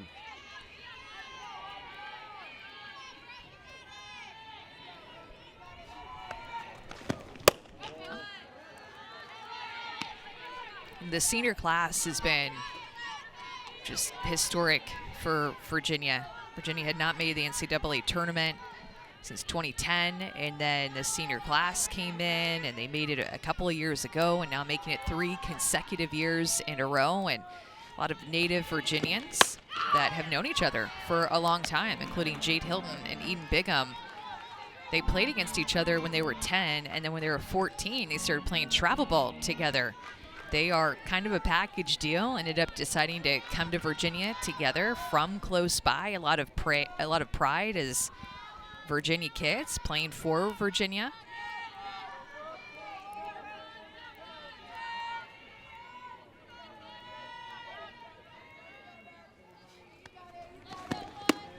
And they're really smart, too. Very good students. Graduated from Virginia in 3 years, and they even walked at graduation at community college getting an associate's degree before they even walked in their high school graduation. So doing it on the softball field and also doing it in the classroom, too. There was a few of them, too, Amanda, that playing travel ball with and against each other, sort of all decided, right, to come to Virginia, try to bring this program to a new standard.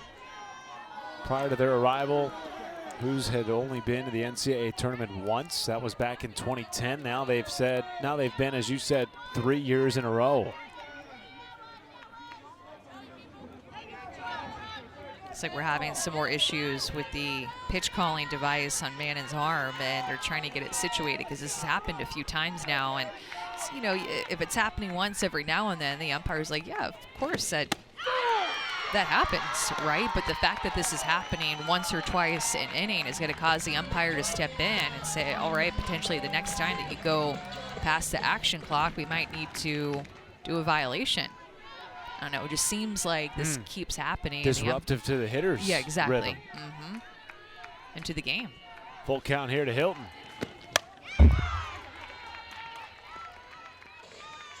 She's a fun watch, isn't she?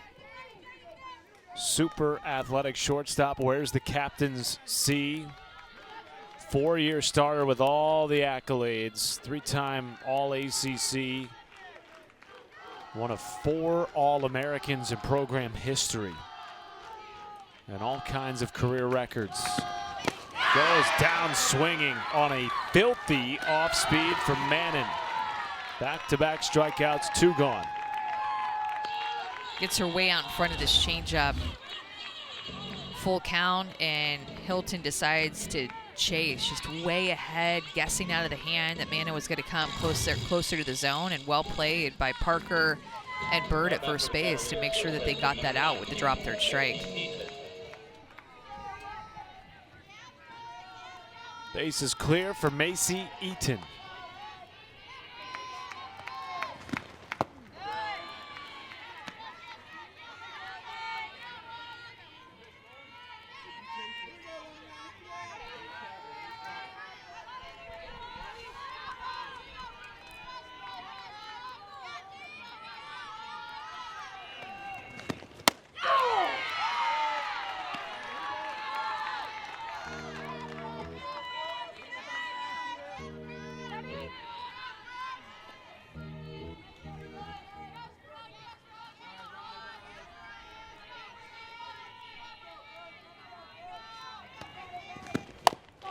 Slow roller, flipped by Van Brandt. Eaton head first slide, being helped up off the dirt. That's how hard these teams are playing. Madison Green, second home run of the tourney, gives the Hoos the lead. This ball is continuing to fly off the bat of these Virginia hitters. Maddie Green added the 8-hole, a go-ahead 2-run home run. Give Virginia the lead. Women's College World Series returns to Oklahoma City. Action begins Thursday, May 28th, 12 Eastern, live on ESPN. For more information on the 2026 Women's College World Series, you can visit NCAA.com, the official home of all NCAA championships. Amanda talked about the offensive explosion that we've seen not only this year, but in recent years in the sport. This is Division I softball history that's just been made time and again, it feels like, since the 2021 season. OU and UCLA still going at it in the postseason. Meanwhile, Indiana has a runner aboard yet again. the 5th straight inning the Hoosiers have had at least one batter reach. This time it's Madeline Strader aboard for the 3rd time tonight.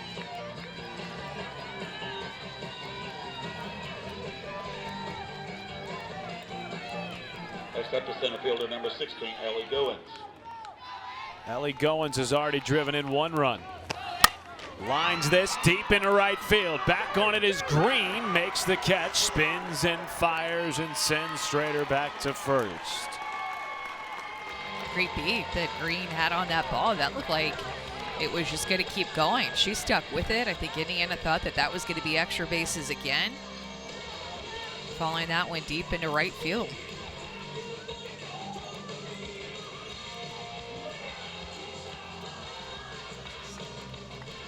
Bat number 11, Brooke Manning. Now Brooke Manning going to try to help herself out here.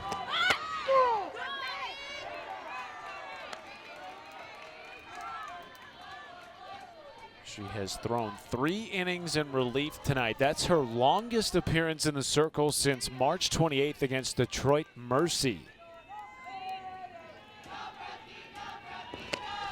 Up the middle, could be a double play. The flip to second by Hilton, not in time to get Manning at first. 2 outs.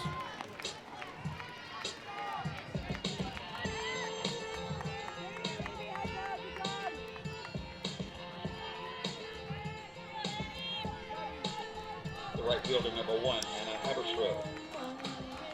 Second game of the tournament between these two teams. The first went 8 innings. Saw 15 combined runs scored. And for Indiana, they have 10 home runs and 31 runs scored off Virginia this weekend in 12.5 innings. That combines the two teams. These have been crazy games. 10 combined homers, 31 combined runs. Over 5 hours of softball and counting. 2-0 to Haberstroh. And Big M is just continuing to work that changeup, a pitch that she did not come in to Indiana with and has just worked, or excuse me, into Virginia with, has just continued to work on that pitch each and every year. Her freshman year, she only threw that changeup 4% of the time. Flared left side, that will be caught by Griffith. Indiana strands 1. They trail by 2 as we head to the 6th. Bigham controlling the Hoosier Bats. Returning June 9th, 2nd season, expanded field of teams, city-based approach. Meanwhile, back here in Knoxville, 2-run game, 15 hits, 16 runs. We have had 31 combined runs scored in the 2 meetings between these two teams in this tournament, and yet just 1 lead change. Tonight, Indiana has never led. Last night, Virginia never led until they walked it off in the bottom of the 8th. Cavs leading here by 2 in the top of the 6th. Bella Cabral at the dish. Upstairs, ball 2. Brooke Manning going deep, Amanda, into this outing. Now out for the 4th inning. And they've needed her too, as Coach Stanton called her, the firewoman. Coming in to bridge the starter and potentially the closer, or maybe Manning just stays out there at this point. Hasn't given up much, just that 2-run home run by Green back in the last inning that gave Virginia the lead, but she's competing, mixing the ball around, changing speeds when she needs to. Their ace, Ella Trout, has already thrown 5 innings today. That was in the win against NKU. And I know your thought is just about winning this game, but there are potentially 2 more games in one of these two teams' futures tomorrow. In the air to center, Goins drifting a few paces to make the catch, 1 down. Loser season ends tonight. Winner advances to take on Tennessee in the regional final. And if they were able to beat the Vols in game 1, they would force a game 7 in Knoxville.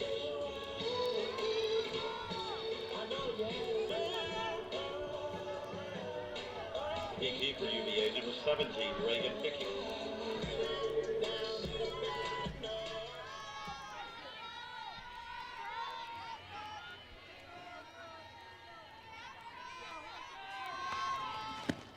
I was thinking about how rewarding it probably felt for Virginia to walk off Indiana on Friday night when going back to last year, their regional in Columbia, South Carolina. They lost to University of North Florida twice, and in both those games they had a lead going into the 6th inning and they blew that lead.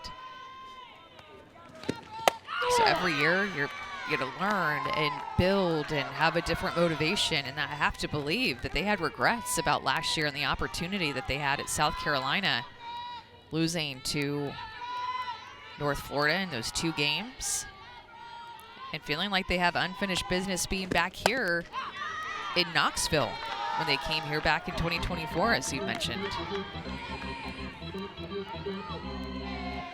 They definitely felt some type of way about how last year ended. Lost twice to North Florida in that Columbia, South Carolina regional, and returned such a big contingent of players. What a strikeout by Mannon. That is number 6 for Indiana's reliever, 2 gone in the 6th. Mixing the ball all around. Look at her drop in this changeup. 51 miles an hour, pops it out of her hand. Avery Parker frames that pitch up, working hard back behind the plate. Boom.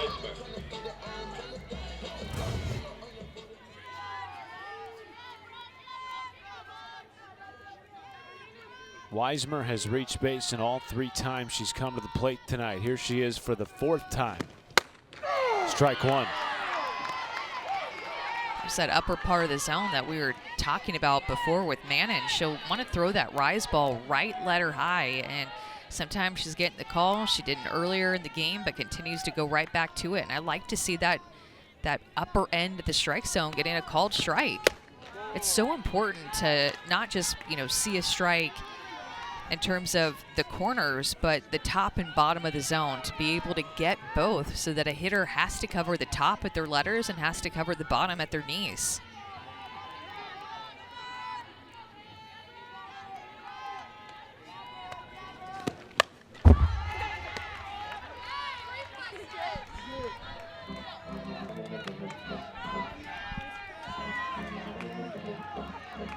Mannon nearing 70 pitches.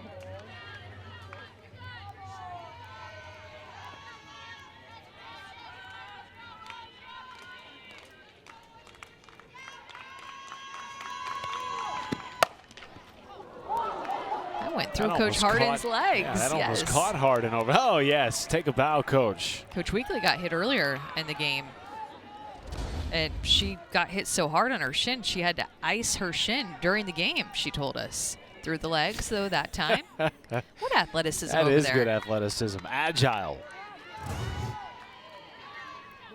Still got it.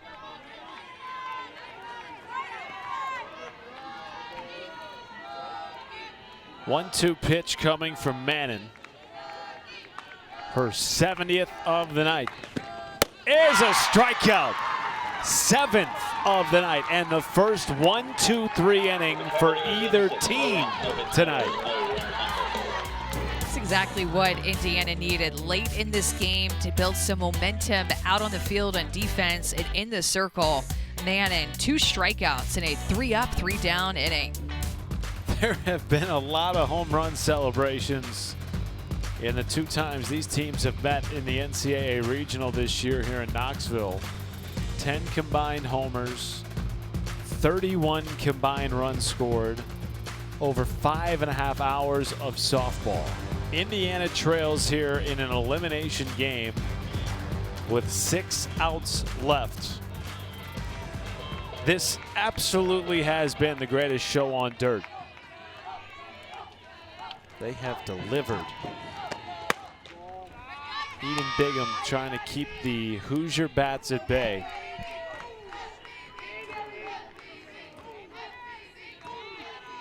Cassidy Kettleman leads it off.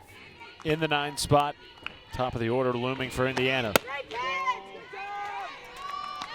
see if she tries to use that short game again, this little cat and mouse game that's gone on between Cabral at third base and Kettleman, as well as Van Brandt, playing so far up the line, and Kettleman still not scared to lay down a bunt. Cabral just creeps up the third baseline, and I mean, it's 60 feet from third to home, and she's about, I don't know, a third up the line, and then she continues to creep up and ends up about halfway up the line when it's all said and done. Throwing all caution to the wind over there in the hot corner. Especially just with the pop that we've seen Kettleman use at times. She has smoked a couple of base hits in this tournament. Takes a strike on the 3-1 full count.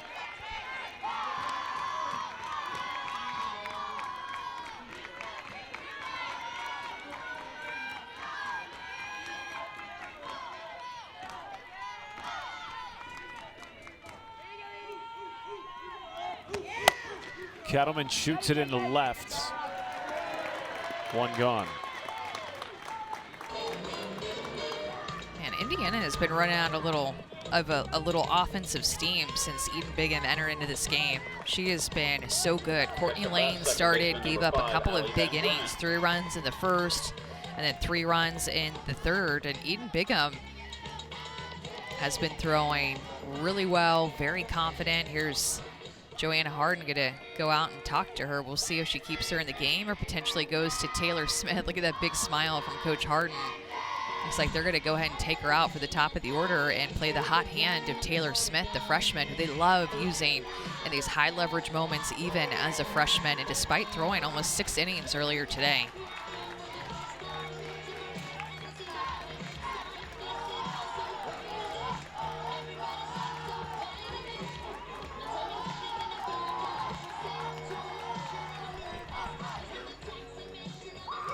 Looks like Bigham is going to potentially stay in the game, Amanda, which would allow her to come back into the circle if need be at some point tonight.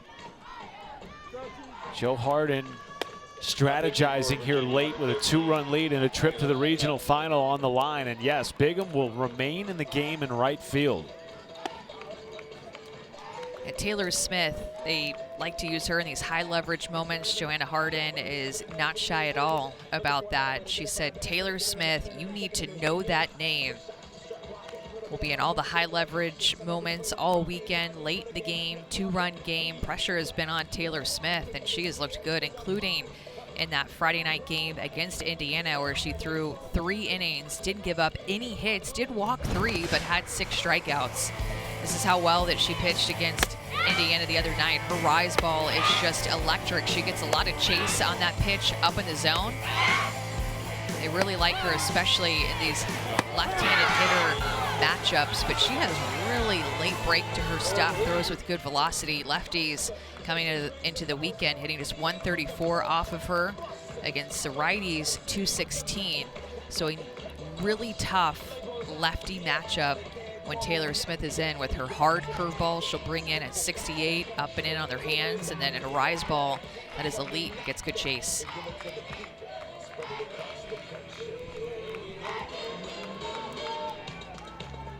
Takes it back, second baseman number 5, Ellie Van Brandt.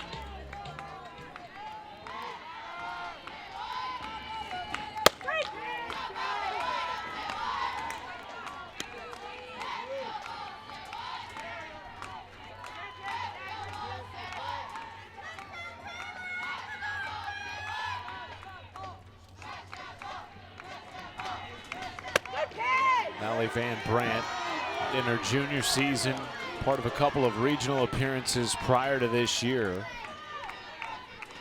But for Indiana, they have not been to the regional final since 2023 here in Knoxville. Beat Louisville twice that year, lost to Tennessee twice. Each of the last 2 seasons, earlier exits in the tournament.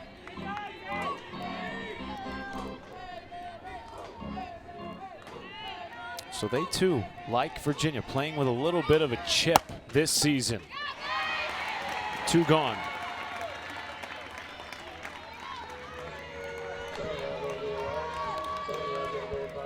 is a big out with where Indiana is at in their order and exactly why they wanted to bring Taylor Smith in to face The shortstop, number 31, Alex Cooper. 2 left-handed hitters. Could have been 3 if she would have started the inning because Kettleman led off another lefty.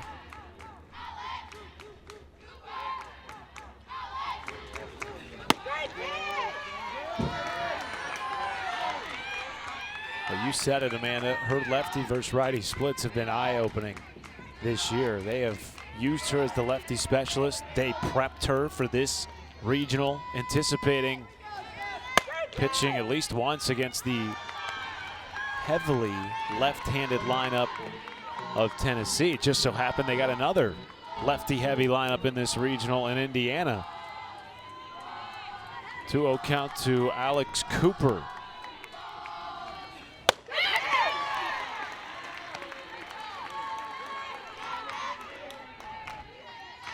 Indiana starting to run out of outs here. Down 2 with 4 outs left in this elimination game.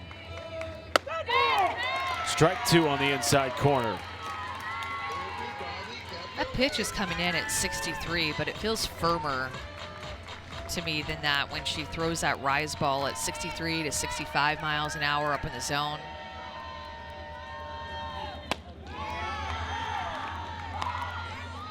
Cooper just trying to pass the bat here to the heart of this Indiana lineup. Avery Parker, the home run record holder of Indiana softball, on deck.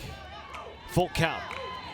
And behind her, Josie Bird, who's already homered tonight in this game.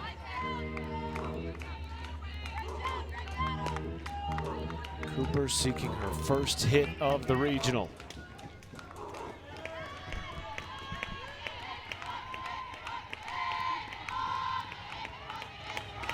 Won't get it here.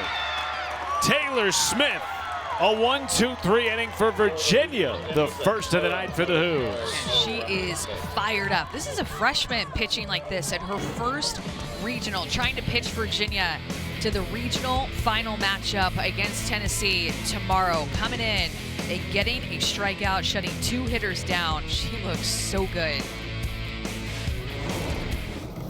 Time for tonight's Capital One rewarding performance. Alex Call in the 3rd. Amanda Scarborough, a grand slam to give the Hoos a then 4-run lead. I have a feeling this is a day that Alex Call is going to remember. Earlier in the day, she hit a home run off of Carlin Pickens and then a grand slam. And this game tonight, back-to-back games today that she has hit a home run.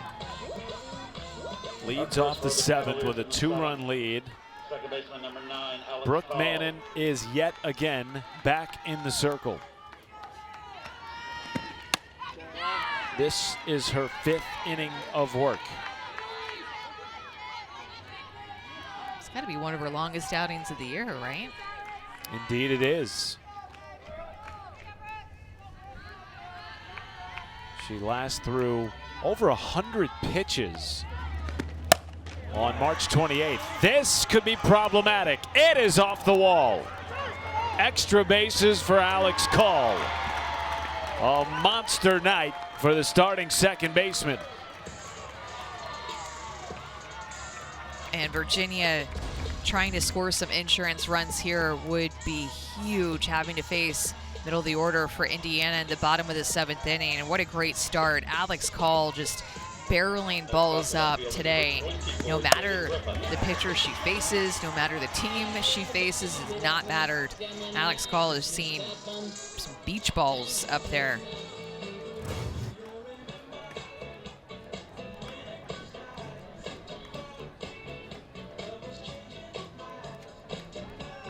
It has been rare this year that Mannon has faced a lineup more than a couple of times, and it looks like she's coming out.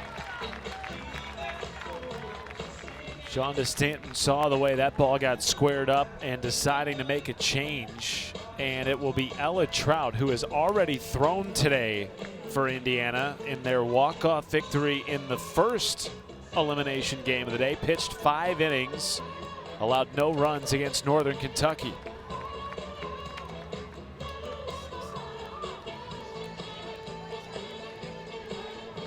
And she will be the 4th arm used in tonight's game against Virginia. Number 77, Ella Trout.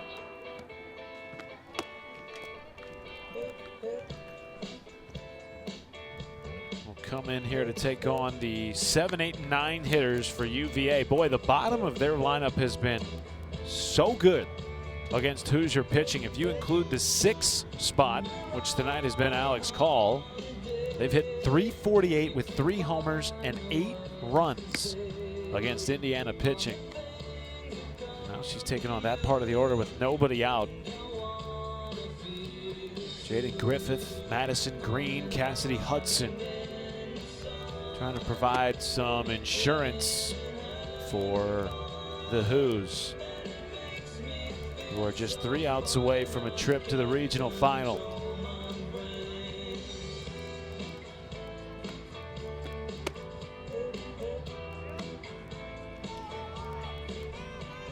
All right, we'll see Ella Trout come in this situation. I mean, Indiana is not scared to make pitching changes and use their full staff, that's for sure. Giving a lot of different looks, just trying to piece some things together with their pitching staff, keep the score where it's at, down by 2 runs. Your job right now, if you're Ella Trout, is to keep the score where it's at. This is as of an hour ago. SEC dominating 21-3 in regional play. Virginia helping out the ACC with a pair of wins. One of 8 ACC teams in the tournament. Virginia 7-0 this year against Big Ten foes. 2 wins against Michigan, who are in the NCAA tournament right now, against OU in the Norman Regional. And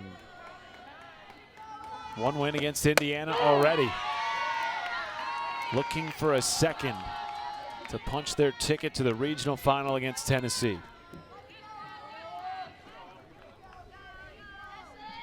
One count to the freshman Jaden Griffith. Flared to center, and Goins is there for the first out.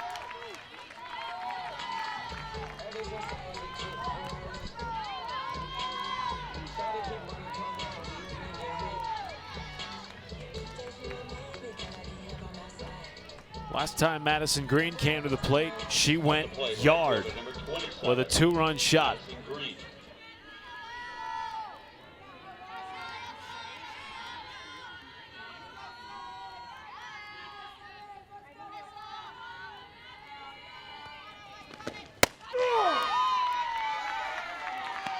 You know, Virginia has out-hit Indiana in both of these games.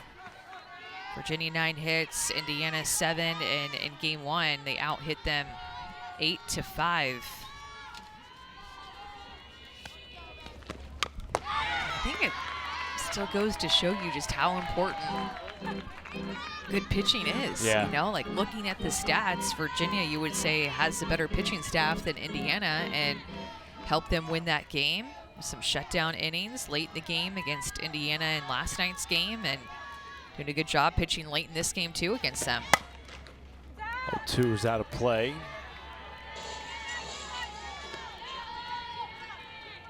As it stands, that green homer is the difference in this game, at the time breaking a 7-7 tie.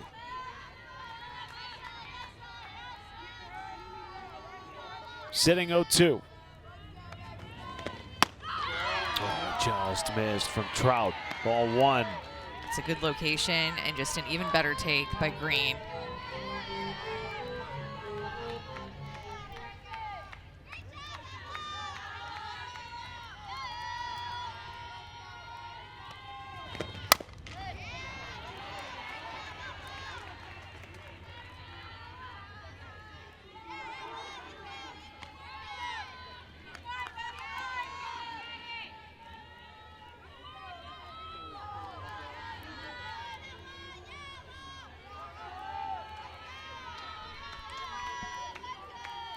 Sixth pitch of the at-bat.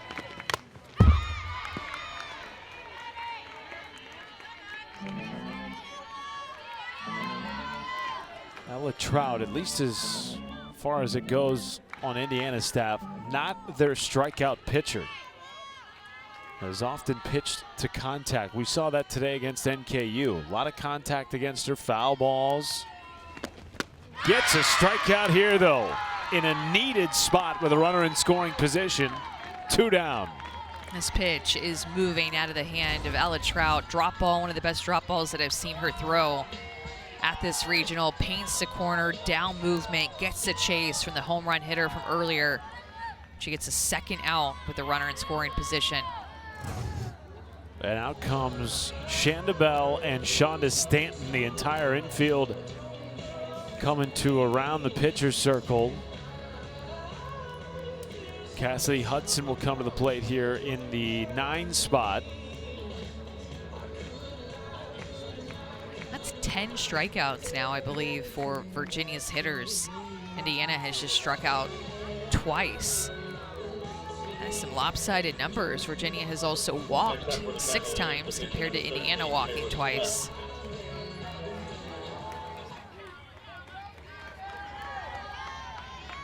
So Taylor Smith will actually hit in the 9 spot here. Remember, she came in last half inning to relieve Eden Bigham, who then stayed in the game in right field. Little dribbler, no play at first. Up to third goes Call.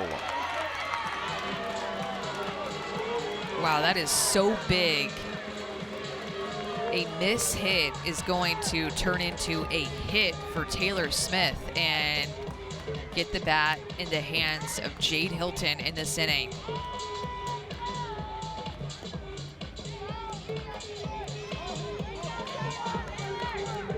Shonda Stanton is asking Anthony Small for something here. And she's, I believe, Amanda, thinking that that ball hit Smith's foot. The ruling on the field is the batted ball came off of the putter's foot. Indiana is challenging this call. This ball was not off the foot, right? Well, the call on the field is that it's a fair ball, and Indiana is challenging that it came off the foot of the batter. Here's another look at this. Nope. Yeah, I did not think that that had happened.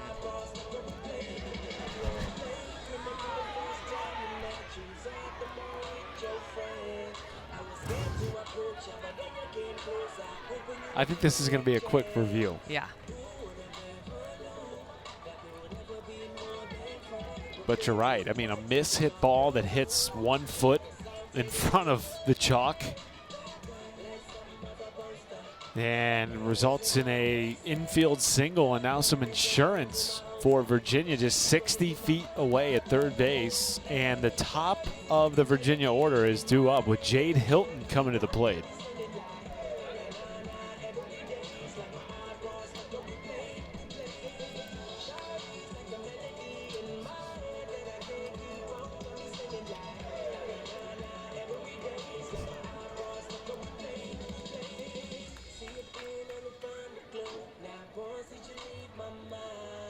This is taking longer than expected. All right, we got an answer. And here we go.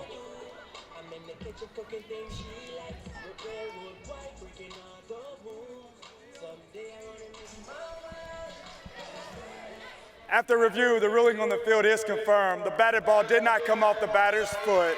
Should be awarded first base. This will also be Indiana's first challenge. They'll have 1 remaining. First career hit for Taylor Smith. It was an eventful one. Yeah, and now Jade Hilton, the best home run hitter in Virginia history, is going to come up, and Indiana is actually going to make a pitching change for her at bat. And it's going to be Brooke Mannon coming back into this game. She has twice faced Jade Hilton, and both times struck her out tonight.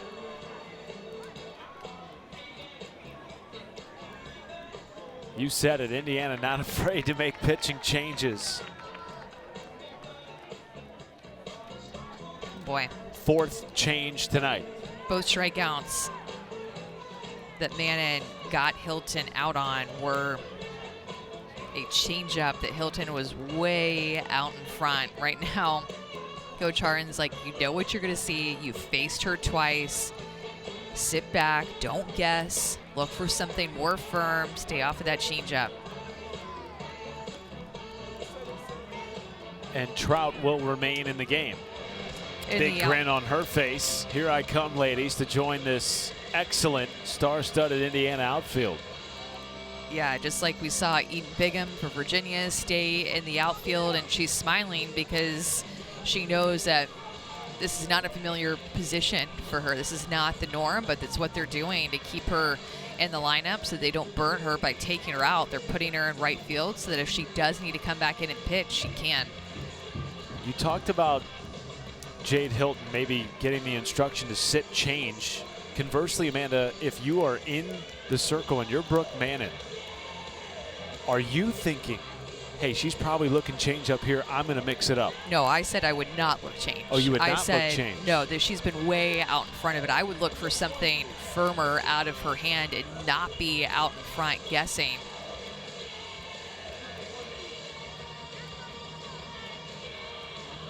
And Virginia and Indiana are going to look at the lineup card. This is where it gets really convoluted, and it's very difficult to explain what's happening with the DP flex position and the 10 spot in the lineup. So we're just going to let you know that that's probably what is happening. It's not really worth explaining. It's a lot for defensive players and hitters, but umpire trying to make sure that everybody is getting it right and make sure that you know who somebody is going in for.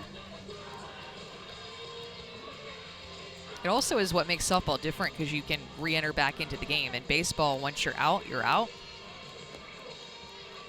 And Jade Hilton has been thinking about this at bat now for a long time.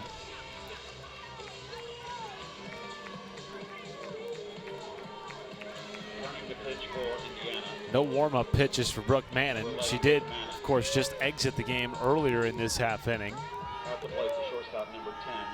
Her deepest outing since late March.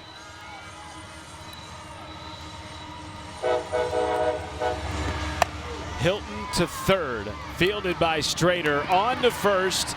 Indiana down 2, down to their final 3 outs. They'll lead off the 7th with the program's all-time home run leader, Avery Parker. Punch, counterpunch. That has been the theme of the 2 meetings between Virginia and Indiana in this regional. Now the Hoosiers down to their final 3 outs. A trip to the regional final on the line. Taylor Smith back in the circle for the Hoos to start the bottom of the 7th. Eden Bigham remains in the game in right field just in case they need her services at some point in this inning or beyond, if Indiana can plate at least 2. And for the Hoosiers, they will have 3, 4, and 5 due up this inning, starting with the program's all-time leading home run hitter, team captain and 4-year starter, Avery Parker.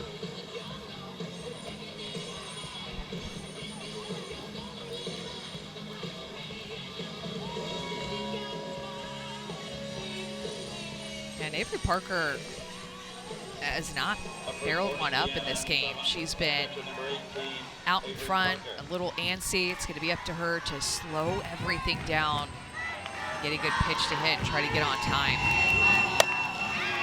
Fly ball into center on the first pitch she saw, 1 away.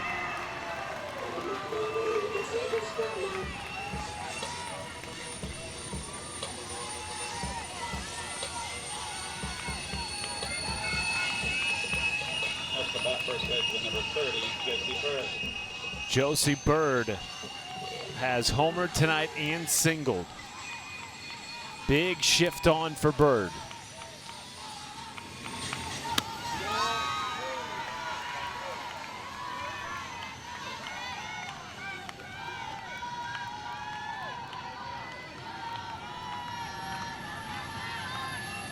Three infielders shaded to the left of second base. Strike 1. And a monster gap in right center for Bird.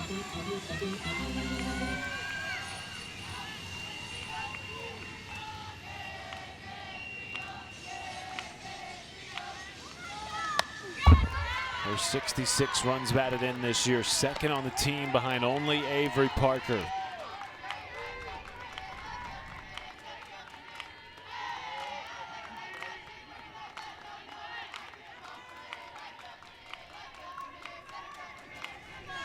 Down goes the sophomore from West Virginia. And the Hoosiers are down to their final out. Taylor Smith wants the ball in the big moment. She has proven that yesterday. She has proven that today. Second time that we've seen her late in games. And my goodness, you can use her to start, close, bridge, finish, all of the things. She wants the ball at any moment. And she is so fun to watch pitch, compete for this Virginia team.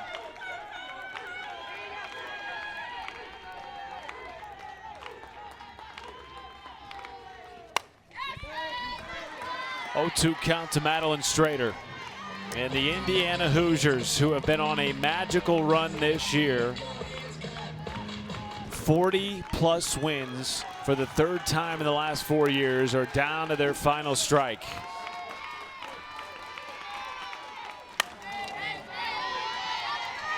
I mean, the real change in momentum was when Eden Bigham came into this game. Courtney Lane gave up 6 runs. Eden Bigham came in, slowed the momentum of the Indiana offense down. She's currently in right field just in case Virginia needs her to come back in.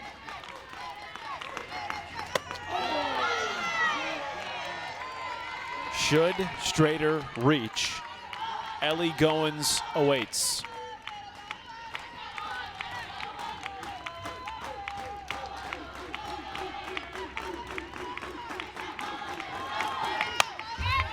Goins, remember, homered twice last night against Virginia.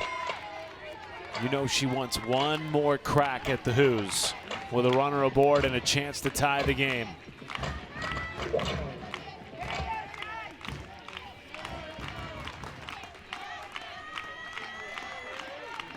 One ball, 2 strike count.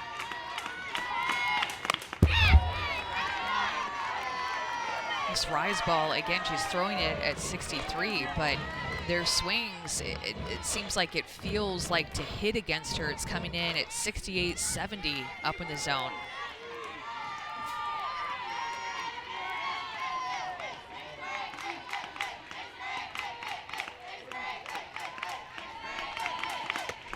Outside, ball 2.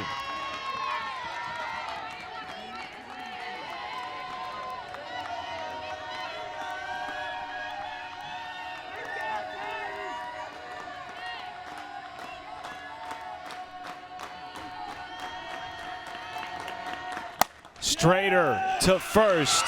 Tap of the bag by Macy Eaton, and the Hoos are headed back to the regional final. That concludes tonight's game number 5. The final score. The University of We just Virginia continue to be Cavaliers so 9, impressed with the University of Virginia 7. offense. We knew that they could pitch coming into this regional. That's not surprising me, the way that they're able to shut down some offenses, but their bats have absolutely exploded. Home run after home run, including the game winner off of the bat of Green back in the 5th inning. A 2-run home run that gave them this 2-run lead. 10 hits on the night for UVA. Please buckle up and drive Great up game safely. for them. We'll see you back here tomorrow again. And the tears streaming down for some of these Indiana seniors. Ellie Goins transferred in from North Carolina State. Avery Parker will leave as the only captain in the history of Indiana softball, at least during the Shonda Stanton tenure, to wear the C on her chest. A 4-year starter and somebody that this program will long remember. Her name will be in the record books. Who knows for how long, with the way that offenses are driving in runs and hitting home runs, but her name will be in there for a while. And what a career for Avery Parker, the senior class. A lot of fun to watch play, and they're going to be missed by their teammates. And for Virginia, an exhale. They will get another crack at Tennessee, who they came very close to upsetting earlier today. Lost 7-5 in the winners bracket. And Alex Call joins us. Alex had her second Grand Slam of the season earlier tonight. That was a monster home run at the time. Gave your team a 4-run lead. Just talk about the resilience of this team tonight, Alex. You know, we're just out here playing for our seniors. There's really nothing else we want to do. Got to buy them one more game, get them to the next super regional. This will be a first for our team, and there's really nothing else driving us but love for our teammates. With the amount of home runs that you guys have hit in this regional, where do you think that this power is coming from in your guys' bats? Just overall resilience. Our coaches do everything they can to prepare us for games and what we're going to see, and it's just faith in the plan and everything that they've prepared for us. Alex, when you look ahead to Tennessee, the opportunity to face them again in a regional final like this team did a couple of years ago in 2024, what excites you about the opportunity to play the Lady Vols tomorrow? Just another opportunity to bring it to them like we did earlier today and just give them everything we've got. Alex, appreciate your time. Go rest up. We will see you at the yard tomorrow. Of course. Have a nice night. Go Hoos. So the 2 spots in the regional final are set. It's Tennessee, who went 2-0 to start regional play with wins over NKU and Virginia. And the Hoos out of the elimination bracket will get another crack at the Lady Vols. They fell to earlier on today by 2 runs.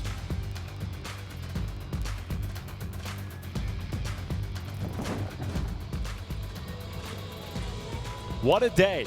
3 games in the books. And by the end of tonight across the country, we'll be down to just 32 teams remaining. It'll be Virginia and Tennessee for a trip to a super regional. 7 Innings Live with Alyssa Lang is next.